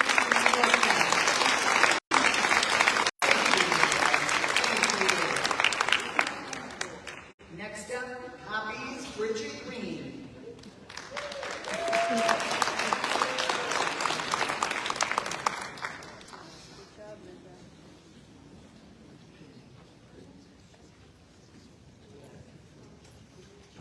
Good afternoon, everyone. Thank you, Madam President, for the opportunity to serve as Poppy Chairman for the 2022-2023 year.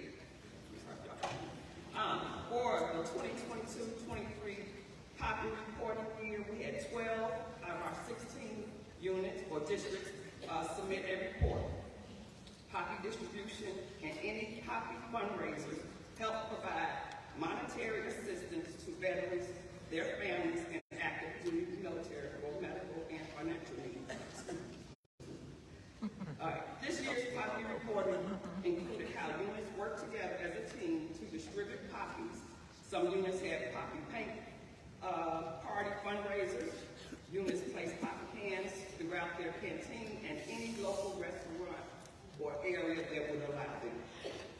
One of the units came up with a Veterans Day Light Up the Post fundraiser, where they sold bag kits that were placed around posts, illuminating the post during the Memorial Day holiday weekend. I believe they did Veterans Day as well. We had a unit that was asked to provide robotic companion cats, and I believe I left my companion cat under the chair. All right, I'm covered. So they did provide those companion cats for the Clifford C. Sim Veterans Nursing Homes, and the pets are used as therapy pets for Alzheimer's and PTSD patients, and some that are suffering from loneliness. So I thought that was a very good project to do, and it's a unique one. I don't think that's ever been done. We had a couple units that reported that they held a little pocket contest, and most units reported.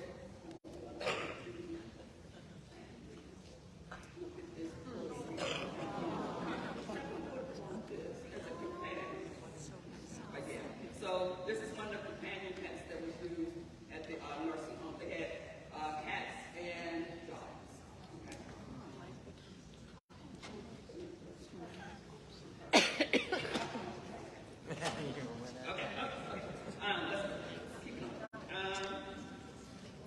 During the Poppy distribution, members also wore their American Legion Auxiliary branch, which is very important, as we all know.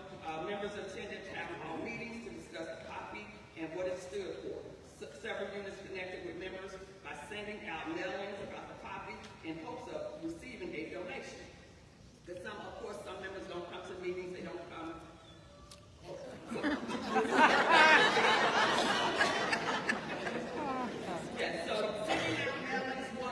idea. It gives the members a chance to donate and be a part of the youth.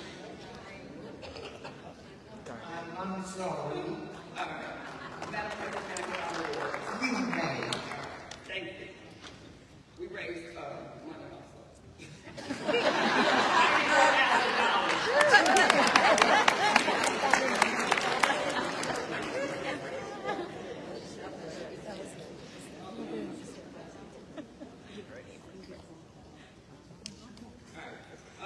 Right, I have a award. It's the Shirley Harper Award, and it's for the Best Narrative Program for 2022-2023, and it goes to Hugh Gilbert Strickland, Unit 138.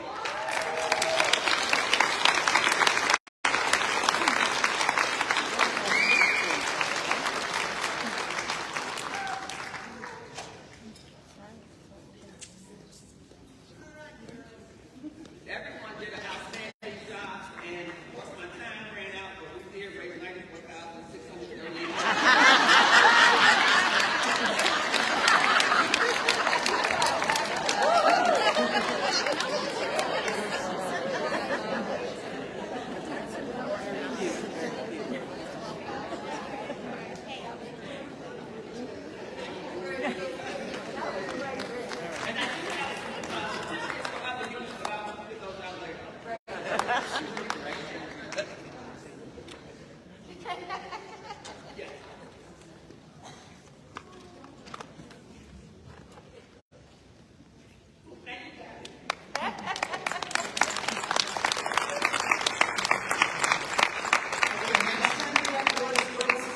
If you don't mind, we have a very special guest, Assistant Sergeant at Arms.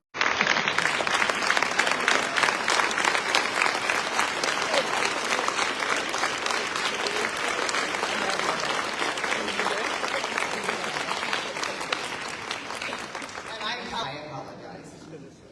We have to get her name right. As for the braided checks, but he wanted to come meet you. What a bonus that he's a Legionnaire.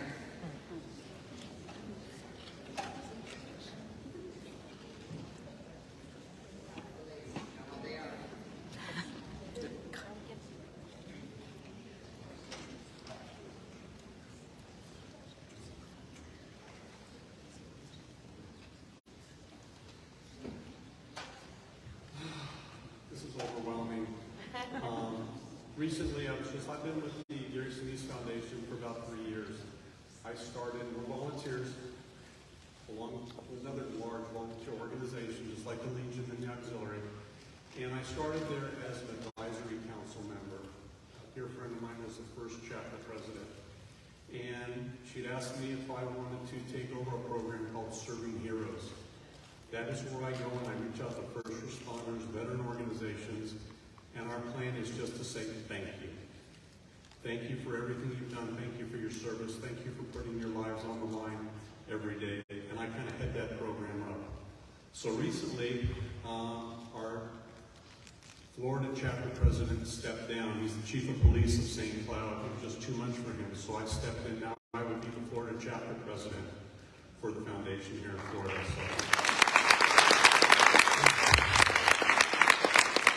And it's a big honor, but the message is very clear. It's not about me. It's not about me getting the accolades. It's giving back. And that's what it's all about for me. So I just want to say thank you, and I look forward to seeing you all again tomorrow.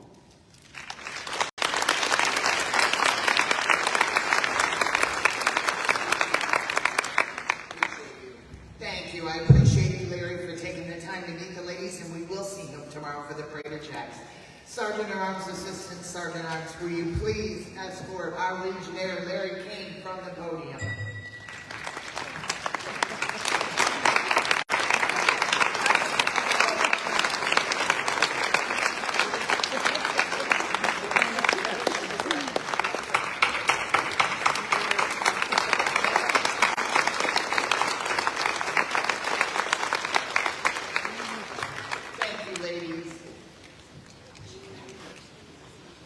Next on to Girls Stage, Trina Kane Wildre. Girls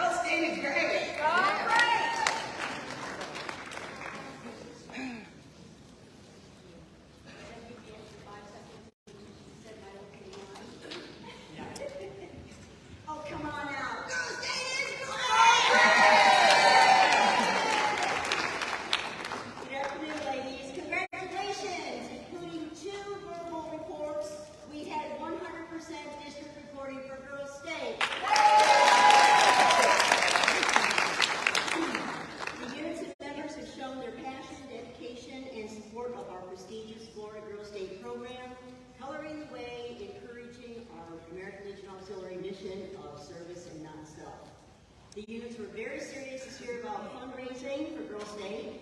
Some of the events and activities reported included bingo, 50-50s, raffles of all sorts, luncheons, dinners, fish fries with all the works and fixings, holiday parties, Kentucky Derby party, a Christmas bazaar, candy guessing game, and don't forget the Jell-O shots and those wonderful strawberries. We recorded 272 hours of volunteers. Excuse me, we recorded 272 volunteers with 6,125 and a half volunteer hours. Last year at our 2022 Girls State session, we had 268 citizens from across Florida. This year for 2023, at this point, we have 294 delegates ready to go to Tallahassee. And this year, I'm so excited, we have 33 senior staff applications on file, and we also have 6 junior staff applications, so we're going to have some junior counselors this year, so we're so excited about that. Thank you so much. Next page. Florida Girls State experience is an experience of a lifetime. The girls learn so much. They go to Girls State, they meet 300 other young ladies of their caliber, and then they go on with their world and their lives, learning from that experience, that they keep that experience for the rest of their lives. I can probably list 5 or 6 different stories for you, and come and see me, of different past Girl Staters from many, many years ago, many different departments that have come up to me and said, oh, you're a Girl State, I want to tell you all about my story, and it's just wonderful about it. So, again, thank you for all of your hard work to continue with this prestigious program, and I can't wait to have 294 juniors come to Tallahassee next week.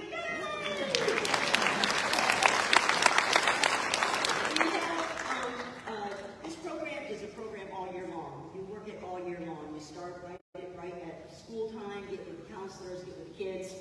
The session is a 9-day session. Our staff members is a 12-day session, and then we are now starting to split up those sessions for our staff members. So the more the merrier. If you could give 3 or 4 days, come see us because we'd love to have you up there. Ladies, please be flexible. Please communicate. That's how this program is so good across the state of the Department of Florida. You have to be flexible because things change, and you guys are great at it. Thank you.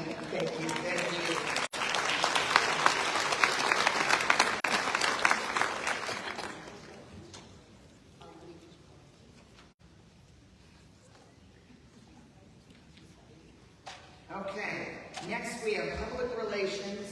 Verna Luke, we're going to give her a minute to get up here while TK's leaving the podium. And then would you like to take a little break or do a couple more chairmans? Okay, we'll get through Verna, 3-minute speech, awards, then we'll take a break. After we take a break, the next 3 on deck are past president's party, veteran affairs and rehabilitation, and then leadership.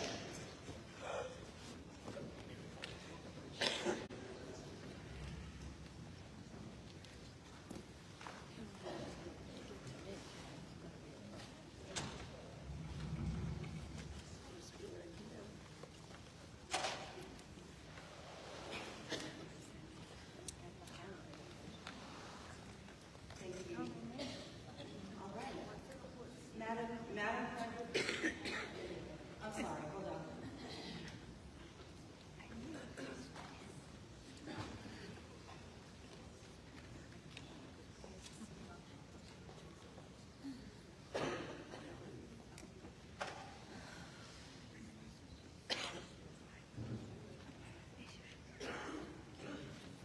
I mean, it's public relations, we have to be visual.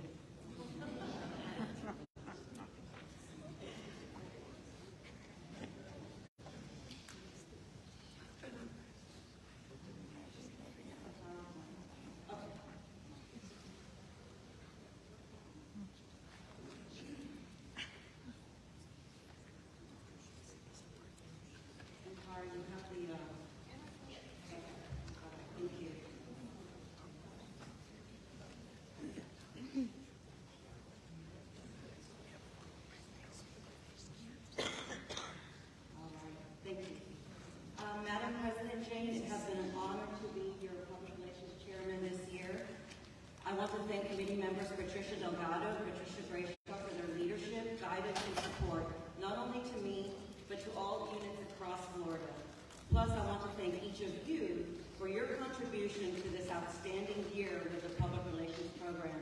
showing who we are, what we do, and why we matter to our members, community, and the public. This year, 2022-2023, President Jane Hardacre chose the theme, Continue Our Legacy of Respect. She shared a moving message in the August issue of the Florida Canvas. Respect starts with every one of us. We must respect ourselves before we can respect others. As members of this great organization, we must remember why we joined. Our mission of service, not self, is to support the American Legion and to honor the sacrifice of our veterans and their families. And the units in the Department of Florida echoed, "Color me there." You shared your positivity, your branding of the ALA with 31,502 followers across Facebook, Instagram, and TikTok, using social media hashtags, "Color me there." You created 306 event flyers that were shared on social media, inside your post homes, newspaper, digital media, and in your community. Units across Florida had radio broadcasts, advertisements for patriotic holidays and events, 18 television interviews, 270 news articles published in the newspaper, and some duplicates in digital media. The Department of Florida Public Relations Facebook page itself currently has 900, actually I just checked, 934 members. Last year, 758. We are on Instagram, Twitter, and TikTok. Our username is ALA UX Florida. With committee members Patricia Delgado and Patricia Grayshaw and others, we have daily activity on social media. The numbers that I just reported are based on your unit reports and the calculations by your district PR chairman. Thank you again for a fantastic year. Would you like to present your awards? And I have my two committee members, Patricia Delgado and Patricia Grayshaw, that will help me. But first, I want to announce I have some certificates that will be placed in your district president's bin. Please follow up with them, but I will announce the certificates awarded just for recognition. So we had Color Me There, Social Media Award 2022-2023 went to Nobel Auxiliary Unit 159 in Venice. And I have 3 certificates related to communication. So the Color Me There communication by unit went to Nobel Auxiliary Unit 159 Venice.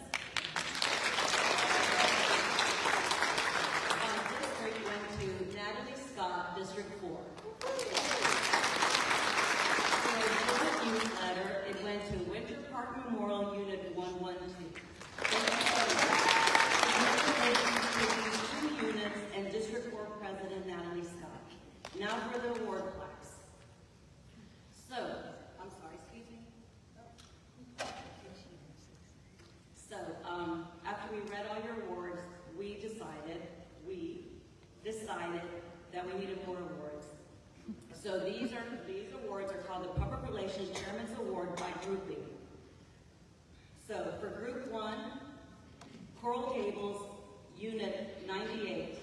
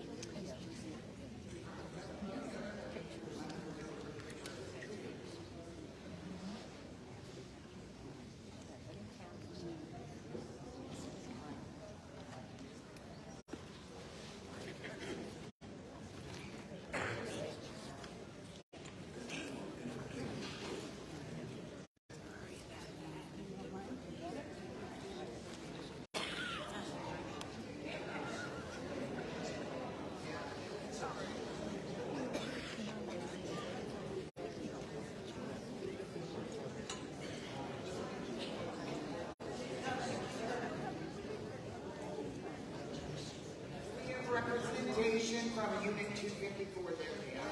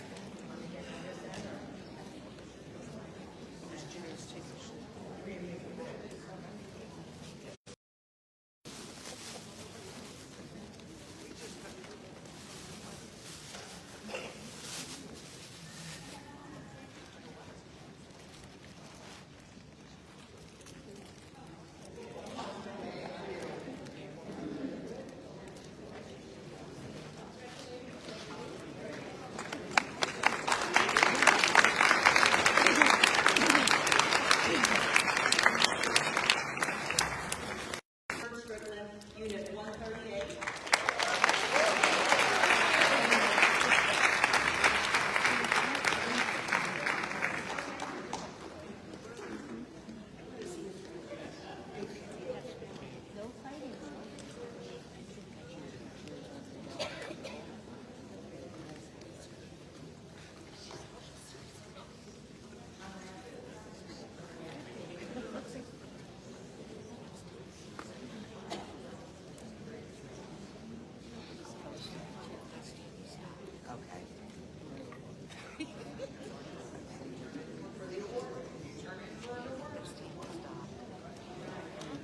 So now we have Connie there, the Portfolio Award, and this goes to Pine Castle Memorial Unit 286.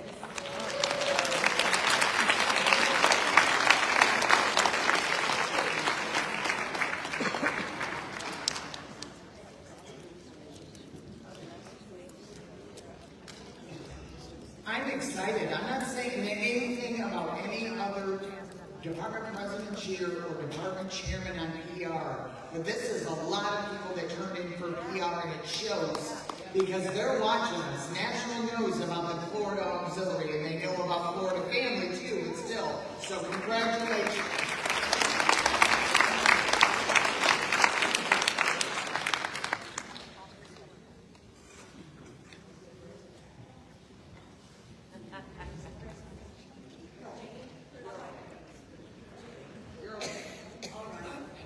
My last award is, I guess, the biggest award because it's the department award. And this is the Department of Public Relations Award, and it's sponsored by Melbourne Unit 163. And it's the Dorothy Duke Award. And this one goes to Andy Anderson, Unit 125. Wow.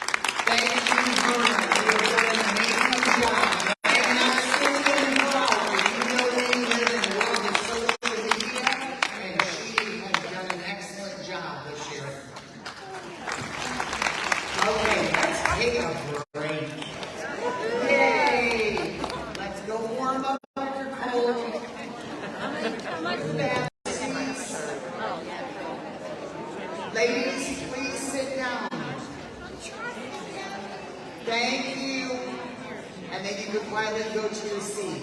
We have a special guest, and Denise, I apologize, I don't know your last name. Brenneman, got it. Denise Brenneman. Okay, she is with Special Olympics, and they ended up having more awards for us, and I think it's important for her to be able to distribute the awards to the unit. That's why we limit our chairman on 3 minutes, because that report is on the book of reports online. And the unit presidents incoming are getting a flash drive. We don't need to, I want to recognize you members. So I'd like you to give Denise a warm welcome.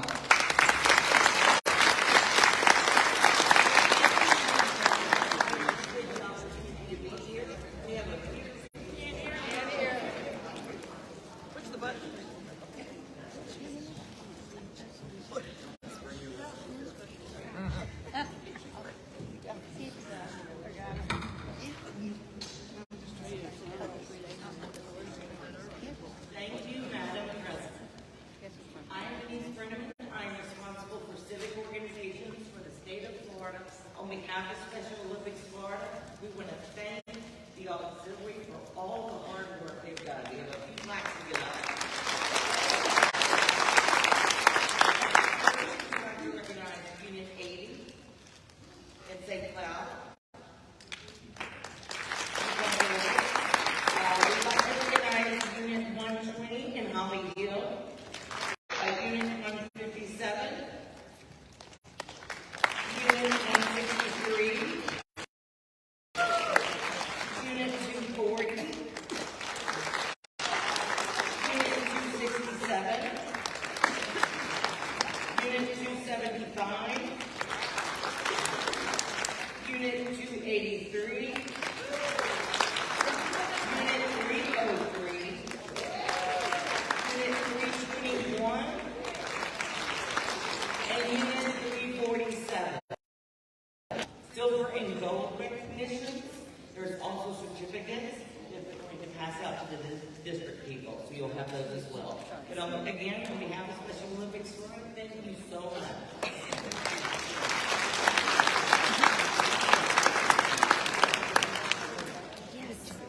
We're going to let them gather in the corner and take the picture, but we're not going to waste it.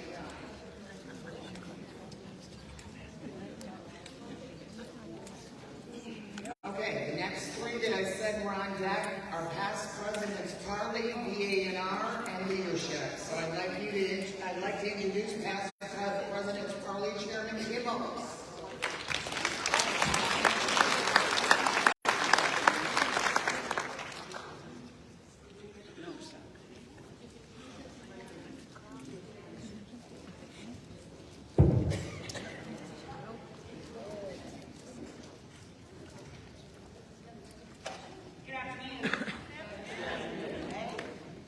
Being knowledgeable, still willing to learn, creating a vision, setting goals, being available and accessible, listening well, and taking personal interest are just a few of the many qualities we expect of a past president and great mentor.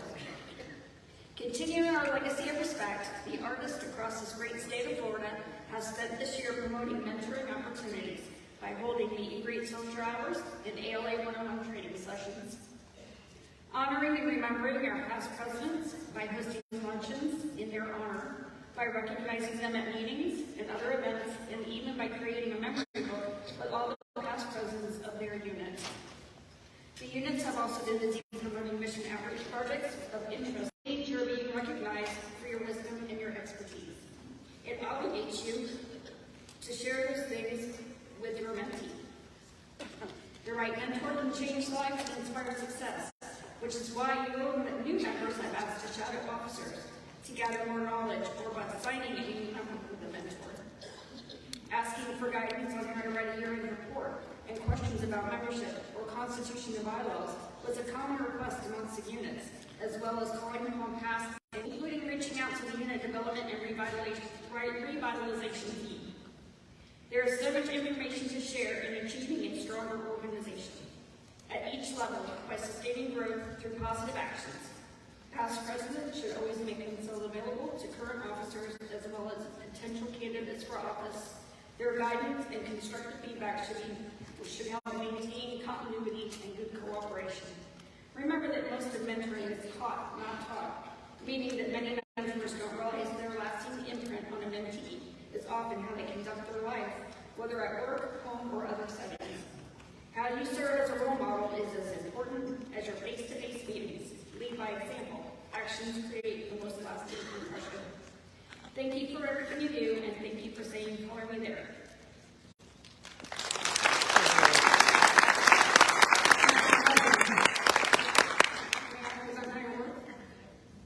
Yes, you may.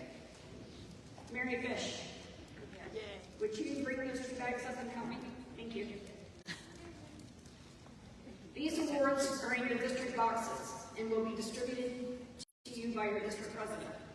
Natalie Scott, President District 4, 100% year-end reporting 2022-2023. Jenny, what's your name? Guzoni, Cooper City Memorial Unit 310-1 for most creative and interesting new activity for 2022-2023. Kay Mugamino. I apologize. They're very hard to pronounce. Past President Carly Chairman, District 13 for Best District Narrative 2022-2023. Annette Snyder, Charles E. Murray, Unit 186 for Best Unit Narrative 2022-2023. I also want to thank committee member Mary Tarnowski for all her help this year. I could never have done it without you. Thank you, Mary. And Dara Oliver, she put together the bio sheets of our past department presidents that were assigned to each district. It started as a project she began for the juniors and was so gracious in giving us some past, present, and parlay programs. So thank you so much, Dara. This next award I would like to hand out in person. Would Dee Sims please come up? Is she here? She's not here. She's not here. Okay. Dorinda Sims, past president of Ralph W. Sparks, Unit 336. You were nominated by Unit 336 President Julie Baird for your exceptional leadership and mentoring skills. Julie writes, quote, "Dee always has a positive attitude even during difficult times. She never complains and is always ready to work on any project we're doing and making suggestions for new events. Dee never misses an executive member meeting. She is always available for advice and mentoring." End quote. And I just want to say thank you to Dorinda if you would pass that on.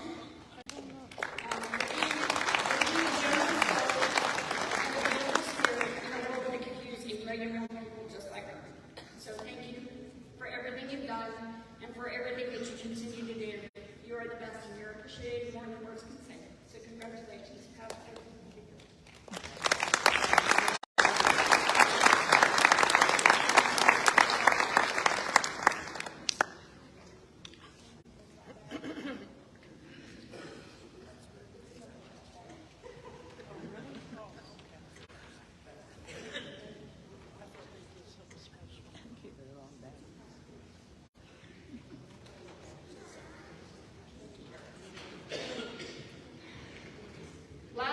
definitely not least.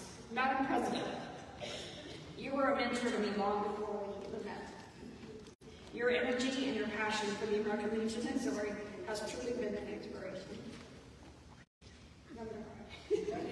Thank you for always being available when I needed you. I probably should have called you more often than I did, but knowing how busy you were, I didn't want to be a burden. Although you never made me feel like I was a burden. You're always positive, always smiling. Thank you, thank you, thank you. Thank you for your amazing leadership and your friendship. It has been an honor and a pleasure serving with you this year. Thank you.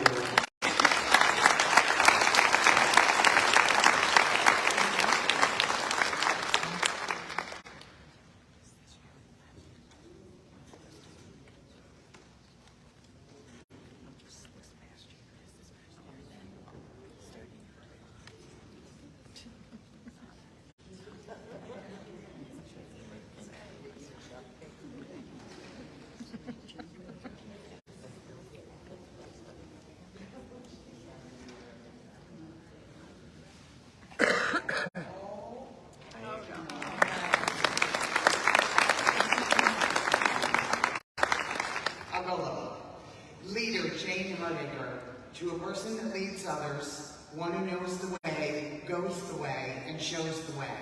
Leaders become great not because of their power, but because of their ability to empower others. Leadership is in the capacity to translate vision into reality and cutting the way for the rest of the group to follow. Someone whose actions inspire others to dream more, learn more, do more, and become more. Continue our legacy of respect, painting the town for our veterans. Color Me There, June 15th, 2023.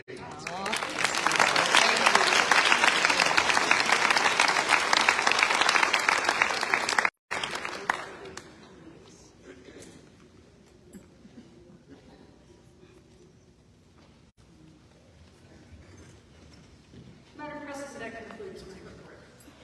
Thank you. Good afternoon. We have had our challenges this year with the VA hospitals being closed, with limited amount of visitors and volunteers due to COVID restrictions still in place. And then came Hurricane Ian. But our units were true to coming to our legacy of respect and said, "Color Me There." They still work on the program. A total of 800 volunteers with 102,395 hours, $142,677 in monetary and donations. We served 14,075 veterans. This was just what was reported figured, but I am pleased to announce the VA hospitals are beginning to lift all COVID restrictions except the required COVID vaccine. A great outpouring of love, donation support were given to all of those impacted by Hurricane Ian to make sure that our veterans and their families were taken care of while taking care of our VA hospitals, state nursing homes, and clinics, plus veterans and their families in our community. Here's a brief overview of what our units have done. A more detailed report listing district units we found in the reports. Units held raffles, dinners, solicited donations of items such as blankets, mattresses, blessing buckets, animated stuffed animals, cats, dogs, and wild birds. Birthdays for the 100-year-old veterans were celebrated. Thorough bags for homeless veterans were passed out to veterans in the community. Stand-downs were held. Donations of baby items were given to female veterans' baby showers, Thanksgiving dinners, food baskets, and Christmas presents to veterans' families. Volunteers helped a 94-year-old veteran in need of having his house painted. Thank you, District 11 and Sandy Swafford, for giving President Jane, Mary Kelly Perkins, and I the opportunity to help with that project. There were 12 volunteers. Of those 12, there were 2 from the American Legion, 3 Legionnaires, 1 junior, and past department president Fran Carlton from District 11. The prepping day before was a total of 24 hours, and the day of was a total of 72 hours. The local news was there, also reporting the event. The veteran was extremely grateful and couldn't believe that a group of volunteers would take the time and money to help him. All materials were donated by local businesses and some of the Legion family. This is just a brief summary highlighting just some of those things that you all have done. My full report is in the book report. It's 8 pages long, and would not get them through in 3 minutes and would definitely miss something. I would like to thank our VA representatives, deputies, state nursing home representatives, deputies, and VA and volunteers for everything that they have done this year. This concludes my report.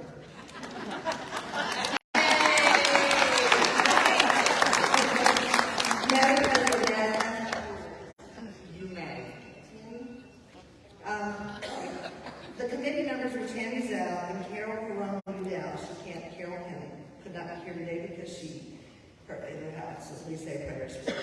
So the first award is the Dorothy Smith Award, given to the unit that reports the best all-around VA&R program or project. The criteria for this award can be found on page 101 of this year's unit guide. This award goes to Unit 286 Pine Castle. The unit chairman is Nancy Troxel.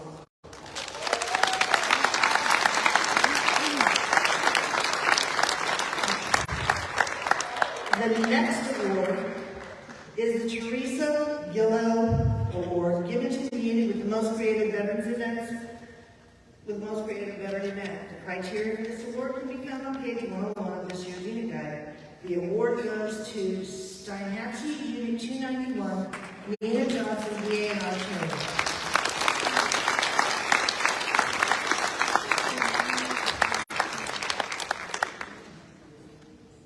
And then I have one public service announcement.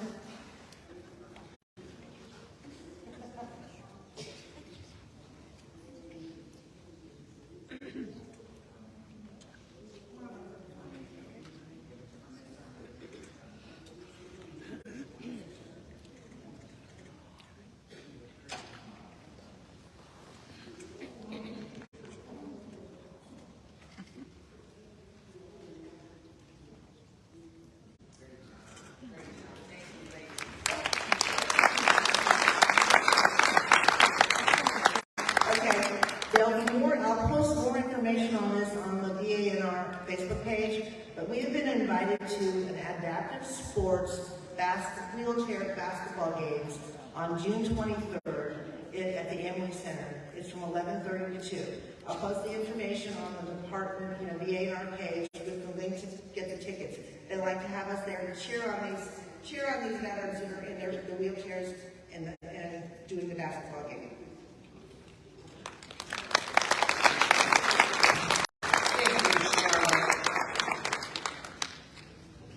Next up, we have leadership. Mary Kelly Perkins.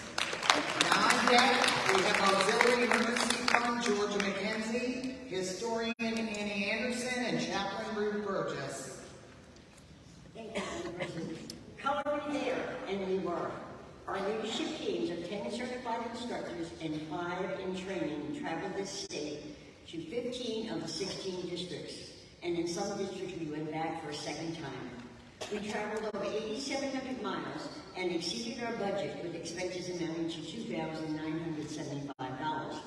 Every mile driven and every dollar spent was well worth it, as it continued our legacy of respect to all of our American Legion family members.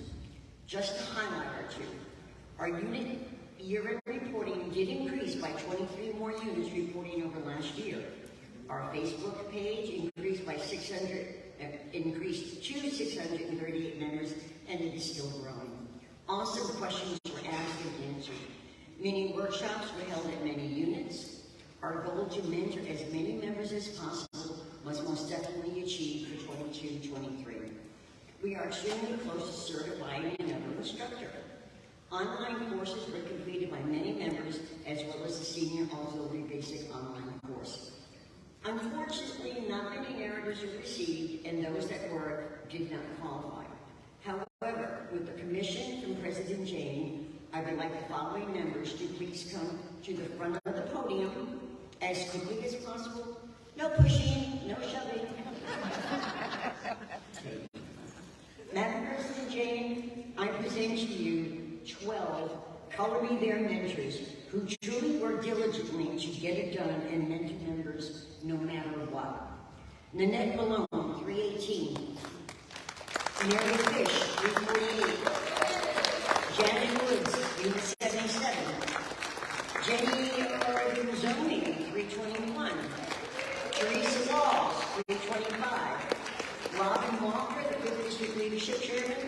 Susan Nicely, the 15th District Leadership Chairman. Kayla Navarro, Unit 110. Tracy Wentz, Unit 136. Jan Farrington, Unit 311. Kathleen Lee, Unit 323. And Diana Dirk, Unit 336.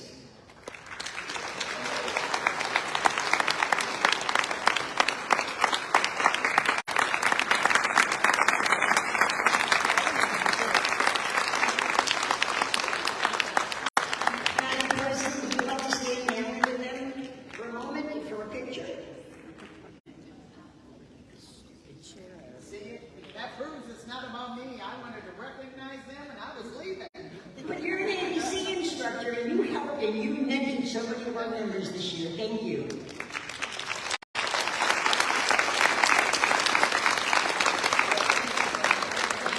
Ladies, please don't sit. If you come to the side, I finished my report.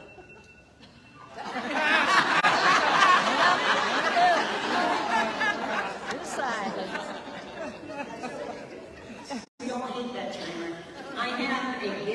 of appreciation because I truly, truly appreciate all that you have done. And you did write some great reports.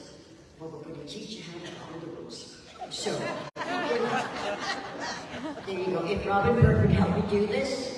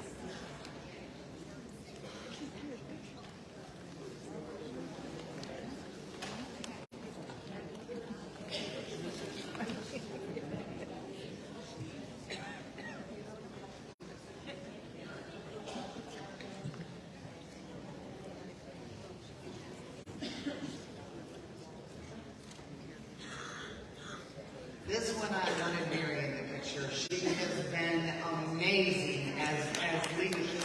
Amazing.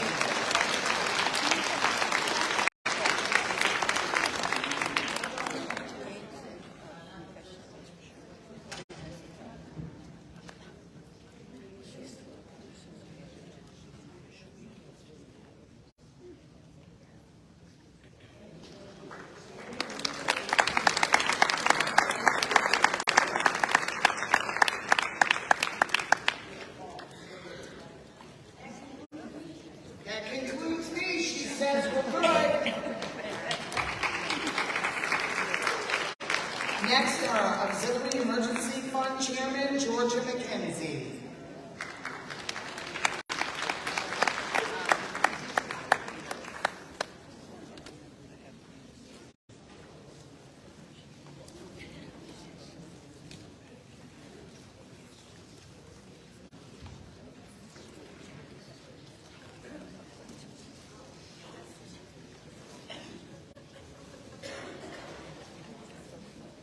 Good afternoon. Good afternoon.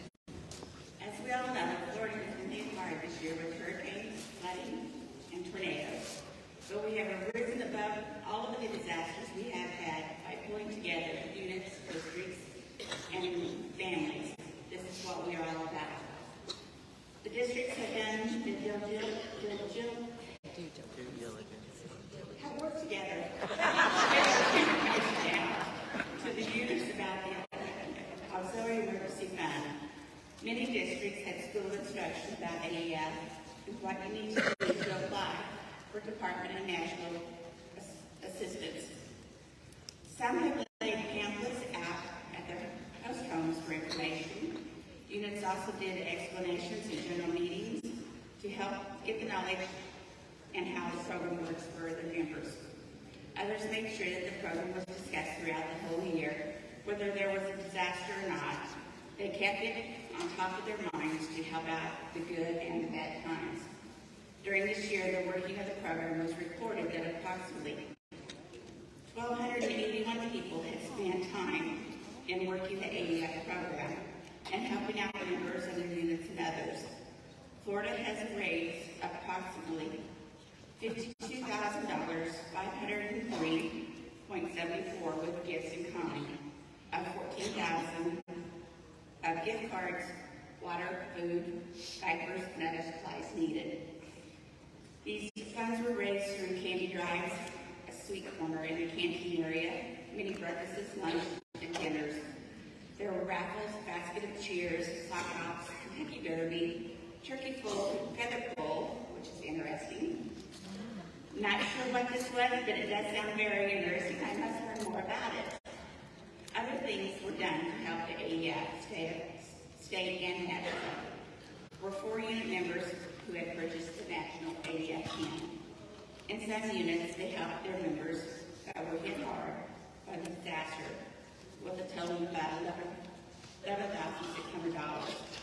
One unit knew that members needed help but would not ask, so they offered to help out and approved by their executive committee and paid for rent for Christmas time. Several units in District 12 had members who needed help in bills, so they paid a few of those so they could make it through the trying times. One unit paid for travel for arrangement for a member who had a family loss.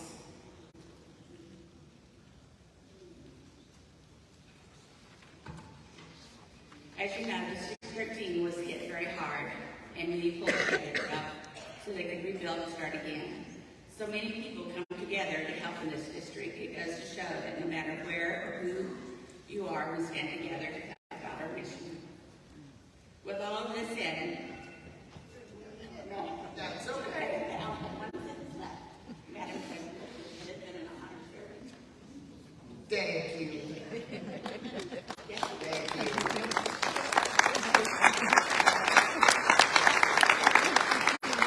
Appreciate you, Georgia. Next, our historian, Andy Anderson.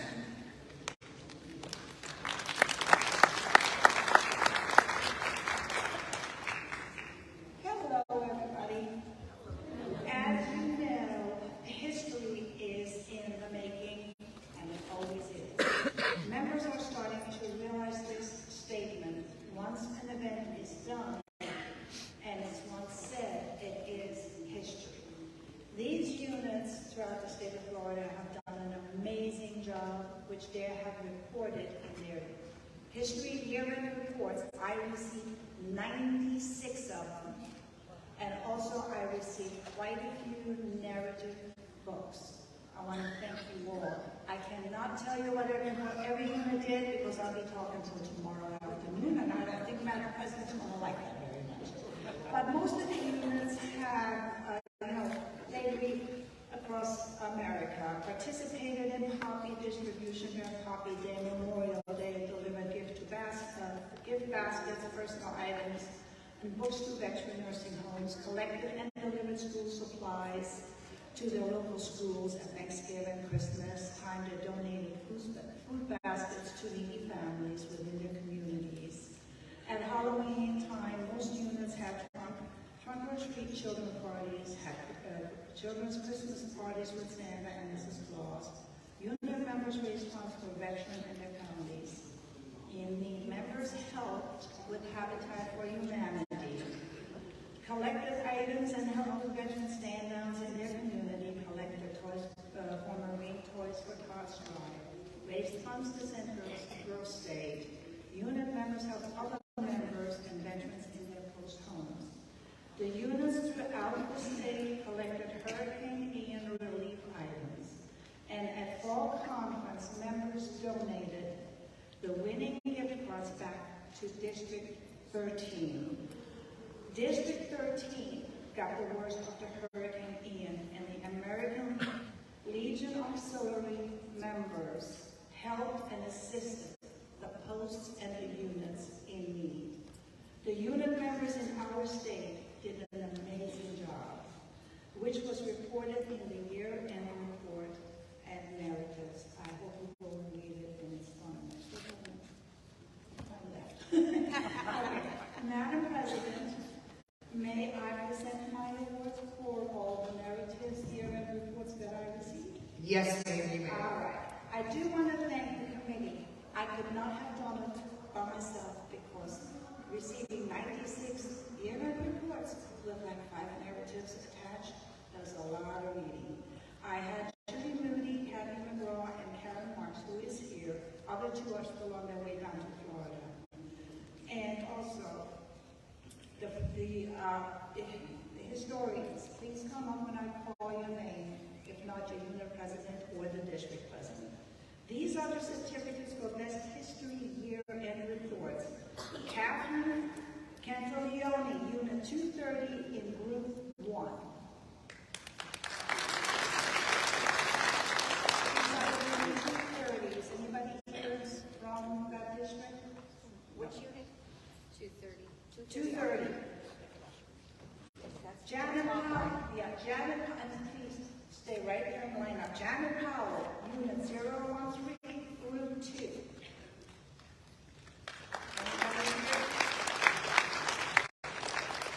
Robin Shellheimer, Unit 286, Group 3. Mary Clark, Unit 75, Group 4. Suella Reynolds, Unit 283, Group 5. And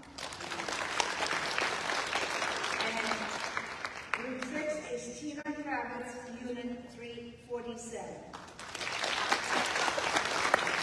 And what was the one you were missing? I believe that you said it was in District 2.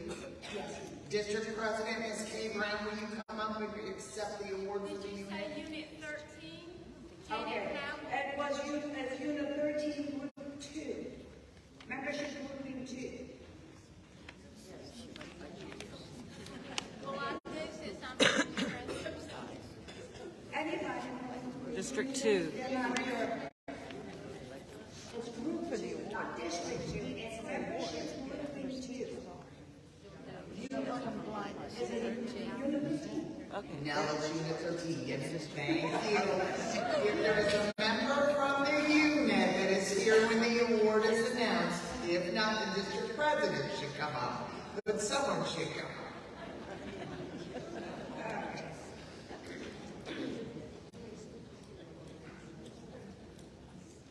Now we have for the best history narrative, her membership grouping. Robin Shellheimer, Unit 286, Group 3.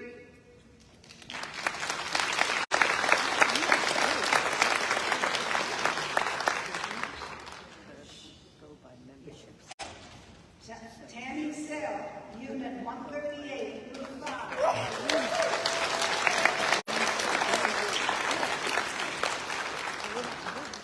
And then we have Maureen Ashton Schwartz, Unit 11026.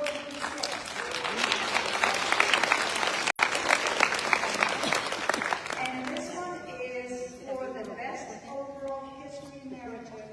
And I have to thank you, ladies, that I did not have to pick it, because when I read all of them, I was very impressed with this one. And I have to say, the best overall narrative is Robin Walker, Unit 129.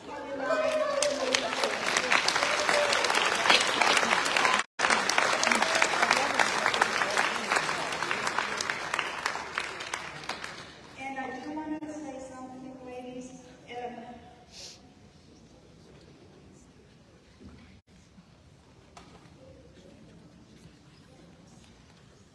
If Unit 103, 250, 275, 283, and 323 see me after the closing book this afternoon, because I will want to give you narrative booklets back to you, and I have a small gift for writing a narrative. That is my award for them, but I have something else to give you. That is from Jeff. Okay, please take pictures, then we can keep going. Because if we can get through our chaplain NEC before 4 o'clock, I can announce the presentation of the unit member of the year.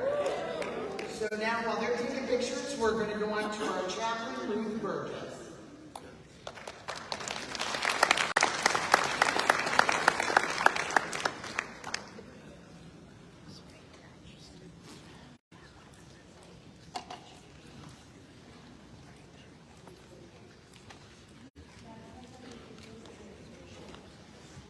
Good afternoon, ladies.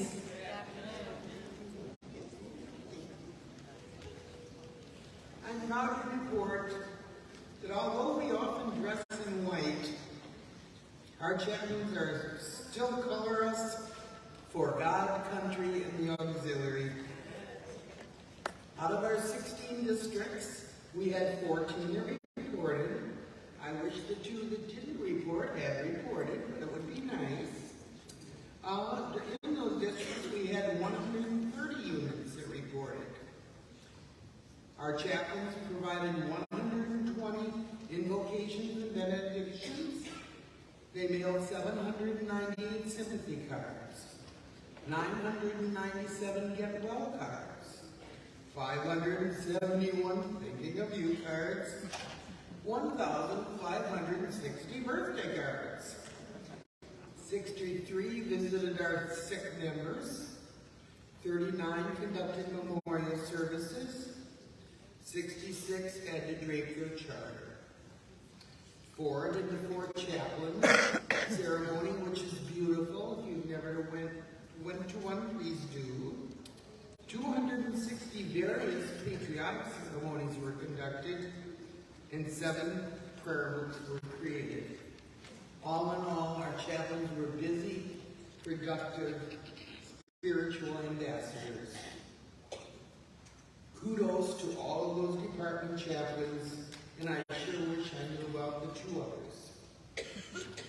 Madam President, may I present the May Nally Award? Yes, ma'am, you may. Thank you very much. The May Nally Senior Prayer Book Award is awarded every year to one chaplain. It is sponsored by Unit 25 from Lake Placid, Florida. Now, as we've always said, we are required to follow our rules exactly. And as a chairman or an officer awarding that, you're not allowed to make any exceptions. Sometimes the rules seem hard, but it's important. So out of those 7 books, 5, which are in the back of the room for everyone's perusal, were entered for competition. Sadly, of the 5, 4 of those books had to be eliminated. Yes, it's very sad to have to do that. For example, one did not reach me by the time it was required, 30 days before convention. The other had to be disqualified because it was not non-denominational. And the rules of the award specifically state must be non-denominational. Another because the flag page was incorrect. And another because the submitted to page that's supposed to be listing all of the people who submitted those prayers was not included. So they had to be eliminated, and I'm very sorry, ladies, for those of you who made those books because they were all beautiful. So, the winner of the May Nally Senior Prayer Book Award for 2023 goes to a very dear friend of mine. Her name is Dee Howlett, and she is chaplain at the Andy Anderson Unit 125 in St.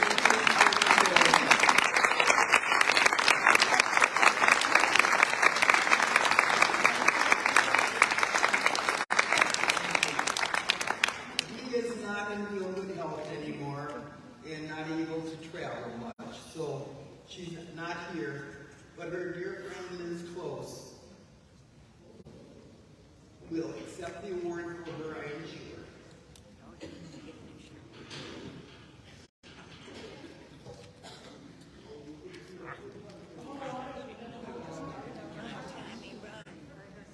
Hold up.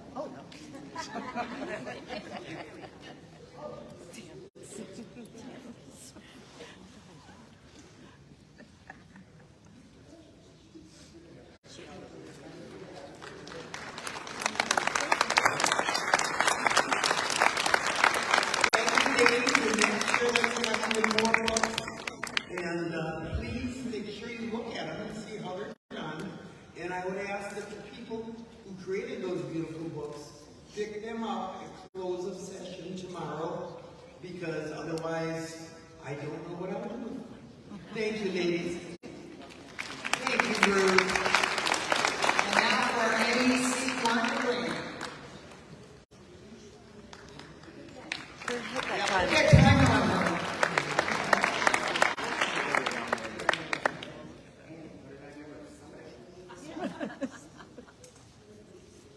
Good afternoon, everybody. Wait, I'll make sure you get them all. Our National Executive Committee, we started our year off in Milwaukee at National Convention. We started off with meeting National President Vicki Coots, and our first assignment was we accepted her National President's appointments. One thing she was really kind of worried about was getting an executive director. And as of January the 6th, Sarah Regal did take on the executive director, and she has been in headquarters since 2011. Over the year, we've had several Zoom calls, some pertaining to units that National had issues with. We also did we canceled charters. We did 8 updates for national policies, which was in the National Unit Guides. We added term lengths to the National Ethic Conduct Committee appointments. This committee served staggering 3-year terms in order to start the process. The first year will begin appointing and serving different term lengths. We also adopted to pursue a special group license plate for the state of Indiana, featuring the ALA logo, which will kick off in Indiana.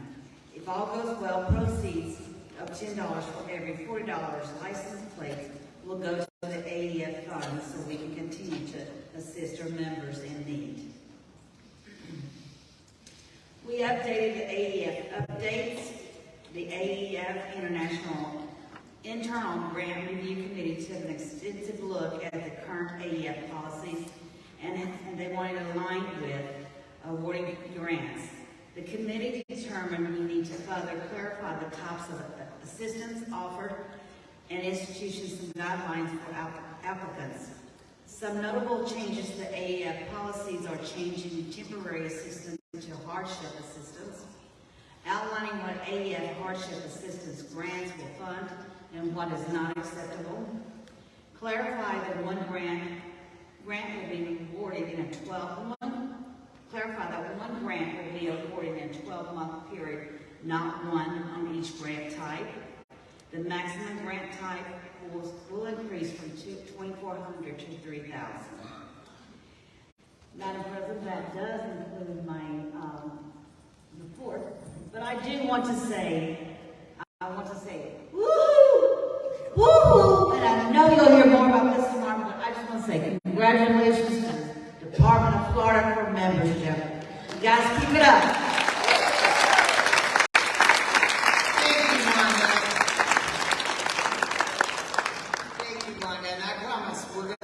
We're not going to take a break and leave the room. We're going to take a break and do some door prizes. But first, part of past President's Parley, that program is awarding the Helen Gardner Unit Member of the Year Award. It's based on the contribution of a member, or whether it's a project or a program, start to finish. We love that members are always there. Jane is always at the post helping when they need help. But you're working different programs. This is one specific project and one specific program that member takes from start to finish and sees it through. At this time, I'm honored to present the Helen Gardner Unit Member of the Year Award to Linda Bowers from Emerald Coast, Unit 402 in Panama City.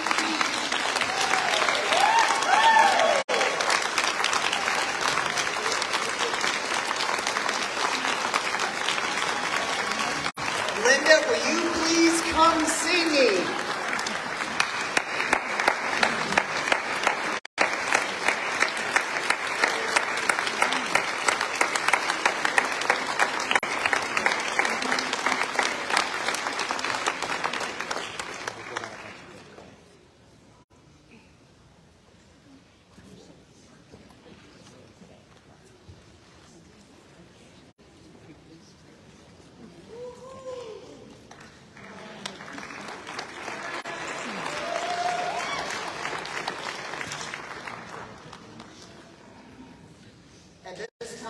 I would like to read Linda's nomination. American Legion Auxiliary Emerald Coast Unit 402, Panama City Beach. American Legion Auxiliary Unit 402 is nominating Linda Bowers for Unit Member of the Year. Linda is our Wonder Woman when it comes to working on a project or for a cause. Her passion project this year has been to see that 911 dispatchers be classified as first responders. In 31 states, including Florida, they are not. So we are included in that 31 states that they're not classified as first responders. In January, during National Security Month, Unit 402 decided to do a small series of interviews with first responders. Our unit secretary, Rebecca DeBell, set these up. Linda and Rebecca went to Bay County Emergency Operations Center in Southport, Florida for their first interview. Linda described this opening interview by saying, quote, "Walking into the dispatch room was intense, dark, and a feeling that comes over you, which is difficult to describe. It is nothing like you see on a television series," end quote. She proceeded to interview the communications supervisor for the 911 dispatch with questions such as, why choose this profession? What type of training did you receive? How do you keep objective, keeping your emotions in check? Linda said she has now had a new perspective on how difficult and important and amazing 911 dispatchers are. Linda said the dispatcher's answer to this last question was so eye-opening with the response of, quote, "Knowing it's okay to feel things. If it ever gets easier, it's time to quit," end quote. Linda then set up a meeting with Florida State Senator Marco Rubio's office and met with his staff. She expressed her concerns that 911 dispatchers need to be reclassified as first responders. There had been bills introduced in the Florida legislature that never made it to the floor, and the bills died in committee. There are 2 bills in Washington now to change this classification, and the staff member promised to read them and present his findings to Senator Rubio. She will continue her efforts to see all 911 dispatchers classified as first responders. She believes this is an injustice to them not to be, as they are literally the first response to an emergency. Linda Bowers represents the ultimate unit member of the year, Mary Timmon, President Unit 402, and Rebecca DeBell, Secretary Unit 402. Please join me.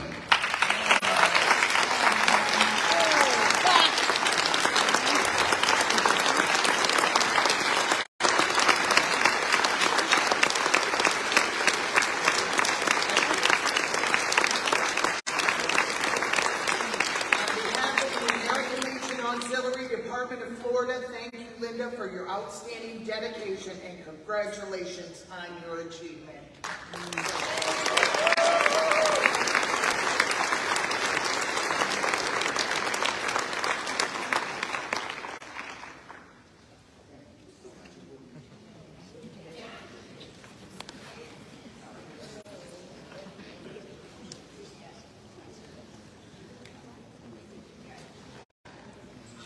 And we will get with Linda later in a couple of months regarding National Convention. If you were here to listen to our budget, hopefully you were. We are going to do a recap at 4 o'clock on the budget and answer any questions, but in there it specifically spells out for National Convention that the unit member of the year gets to go because they are recognized on our national level from each department. So congratulations.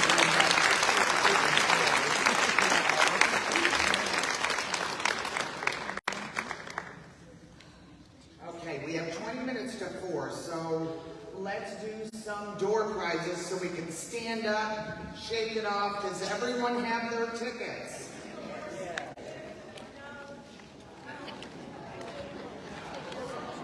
Would everyone who has a ticket that didn't tear off their mat, please please come up quickly? We've never had this happen, that people just start putting their ticket in. You gotta put your ticket in to win.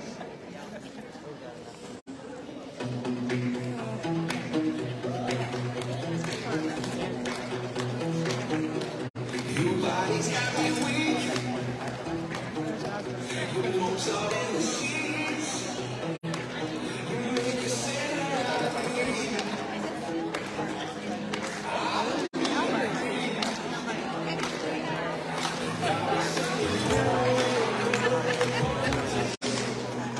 I just wanna buy you roses. Open every door that closes. Kiss you from your head to your toes. I like your soul, baby. You got that heart made of gold, baby. I'm gonna love you till I'm old, baby. I just wanna be you, baby. I like your soul. I like your soul. I like your soul. I like your soul. Don't need to be a dresser. Okay, let's give away money. Must have died and gone to hell. Go on and take me to confession. Garden. Garden, you go out to dinner. 507 336.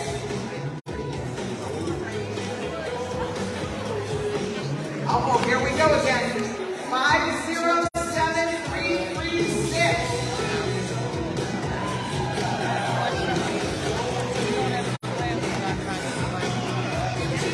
Oh, Amazon.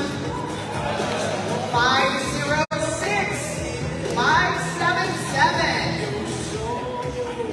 506 577. It's that person that is not going to be happy. It's going once, going twice. 506 577. Gone. How about 506 944? 506 944.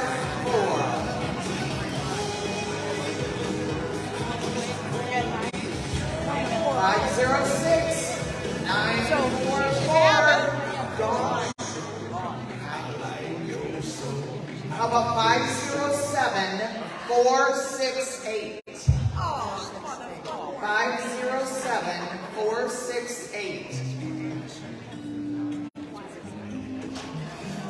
Oh, they're killing me. 507 468. Last time, 507 468. How about 507 573? Hey, we have a one. Thank you. 507 573. Okay, Publix.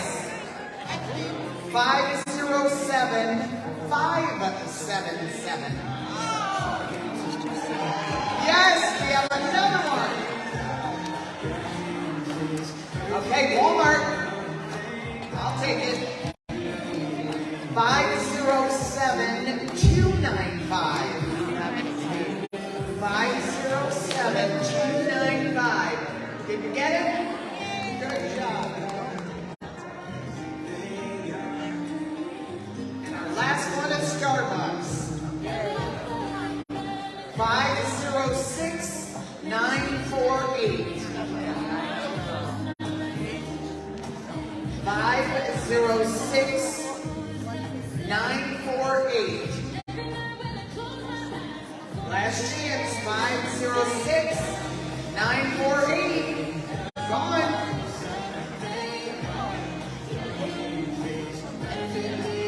507 109. Oh, Berna, congratulations. What does it say on the back? What does it say on the back? It just says unit.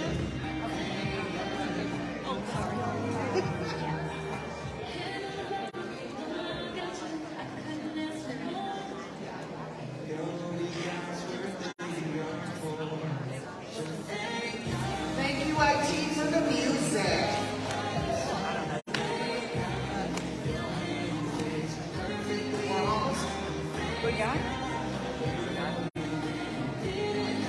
We're almost ready to answer questions on the budget, so hang tight.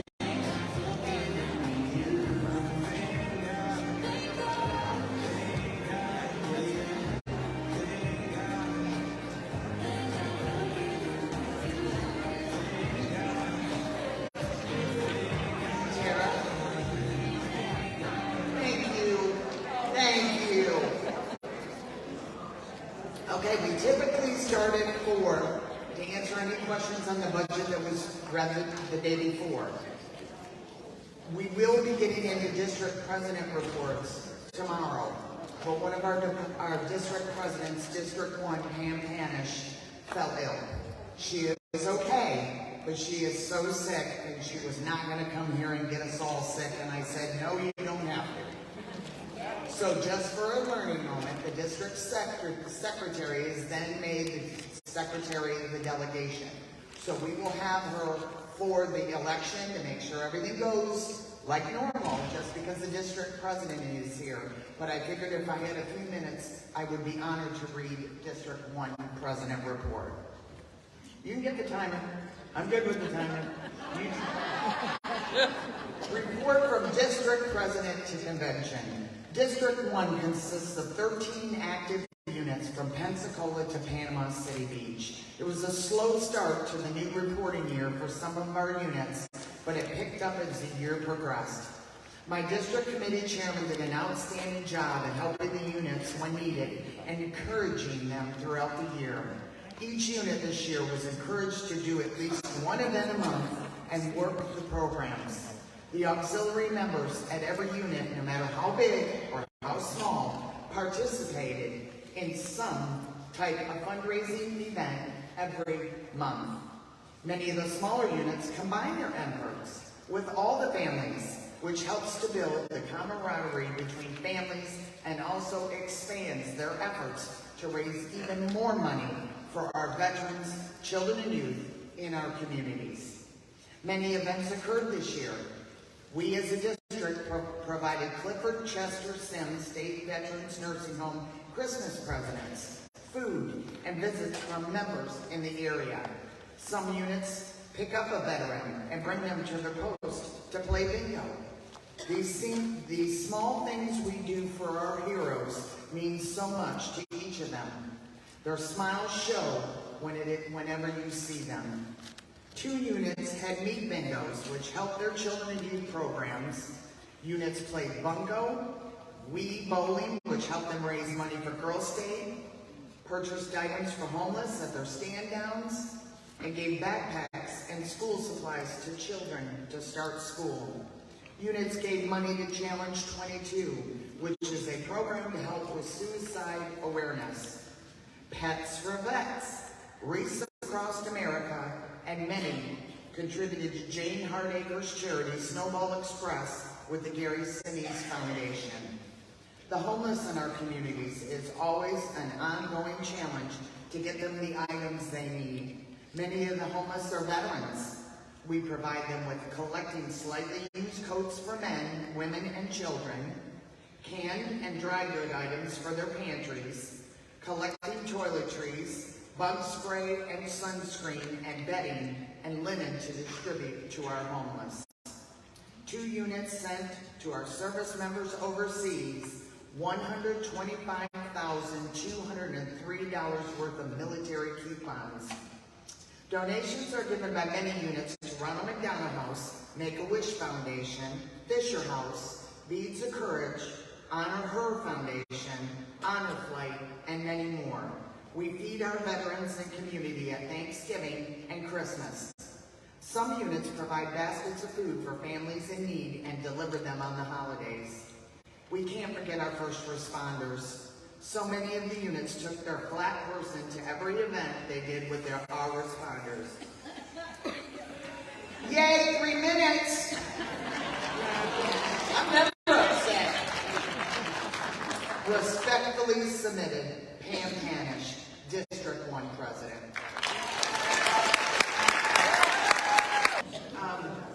I want to thank you. Looking out at the room, and I see people who have left, and that's okay. I'm not judging. What I'm saying is I see.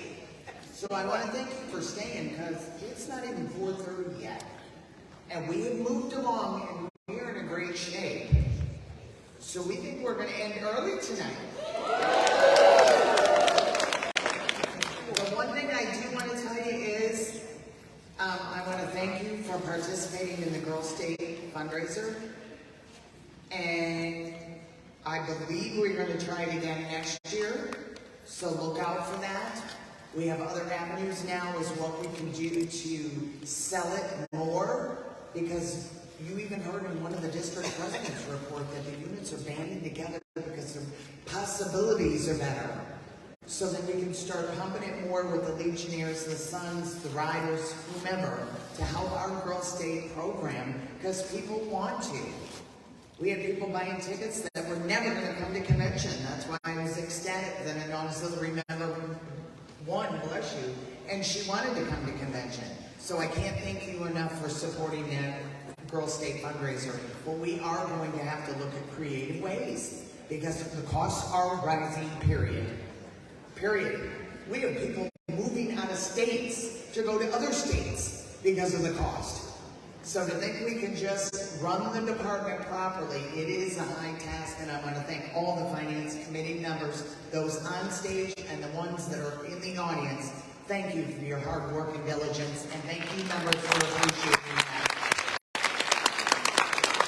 Okay, we have a few announcements from our secretary, Mary Kelly Perkins. Thank you, Madam President. Tomorrow morning, Saturday, session will start promptly at 8:30 a.m., so please be in your seats by 8:29 a.m., especially if you're on a roll call. I'm going to repeat again about the membership cards. We do know that there is an error with your join date. It's not anybody's birthday that I'm aware of, but Michelle has notified the National. National is working on it, and as soon as we get an answer, you will get an answer. We have a blue knit bag that was turned in. It has a little hanger with a blue ribbon, and it has two different types of president pins on it, one being a district president and one being a unit president. So whoever lost it, I have it. The other question that I mentioned earlier, units between unit 15 and 25, please check your membership cards to make sure you have the right unit. We don't want you going home and finding out you live down in Key West and you have Orlando 19's membership cards. Madam President?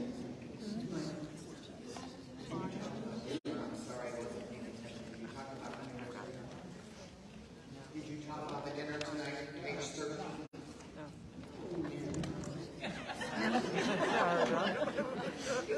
We're going to dinner. You should know that.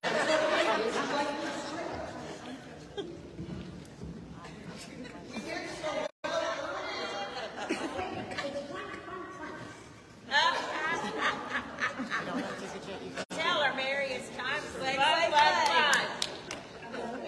That's right. Play.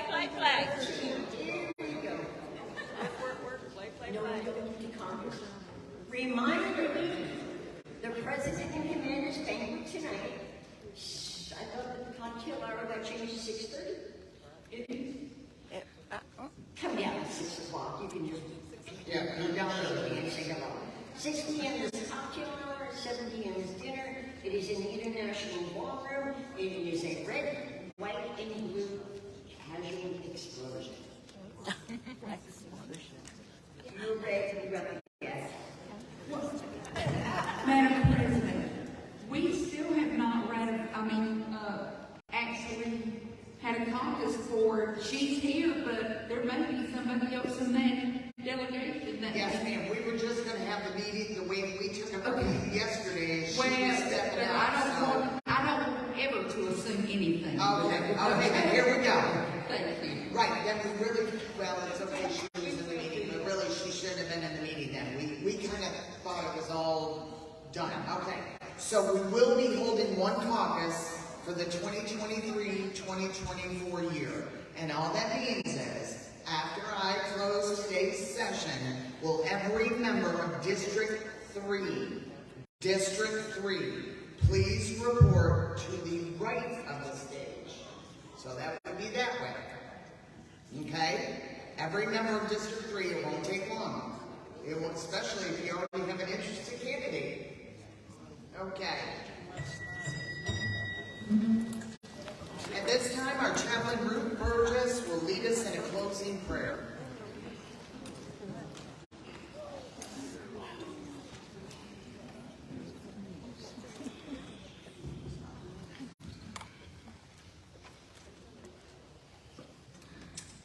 Dearest God, our Father, thank you for all the business which was conducted here today, and thank you for your wisdom and guidance as we did so. Leave us in peace and harmony to socialize with our dear Legion family. Let us continue to love one another, provide aid and assistance to all as we are capable. And Lord, we ask not that you give us less burden or trials, but rather that you give us all a stronger back. May you all sleep well tonight, have sweet dreams, and God bless you. Amen. Amen. We will stand adjourned until 8:30 in the morning, and we know what that means. What time are we going to start? 8:30.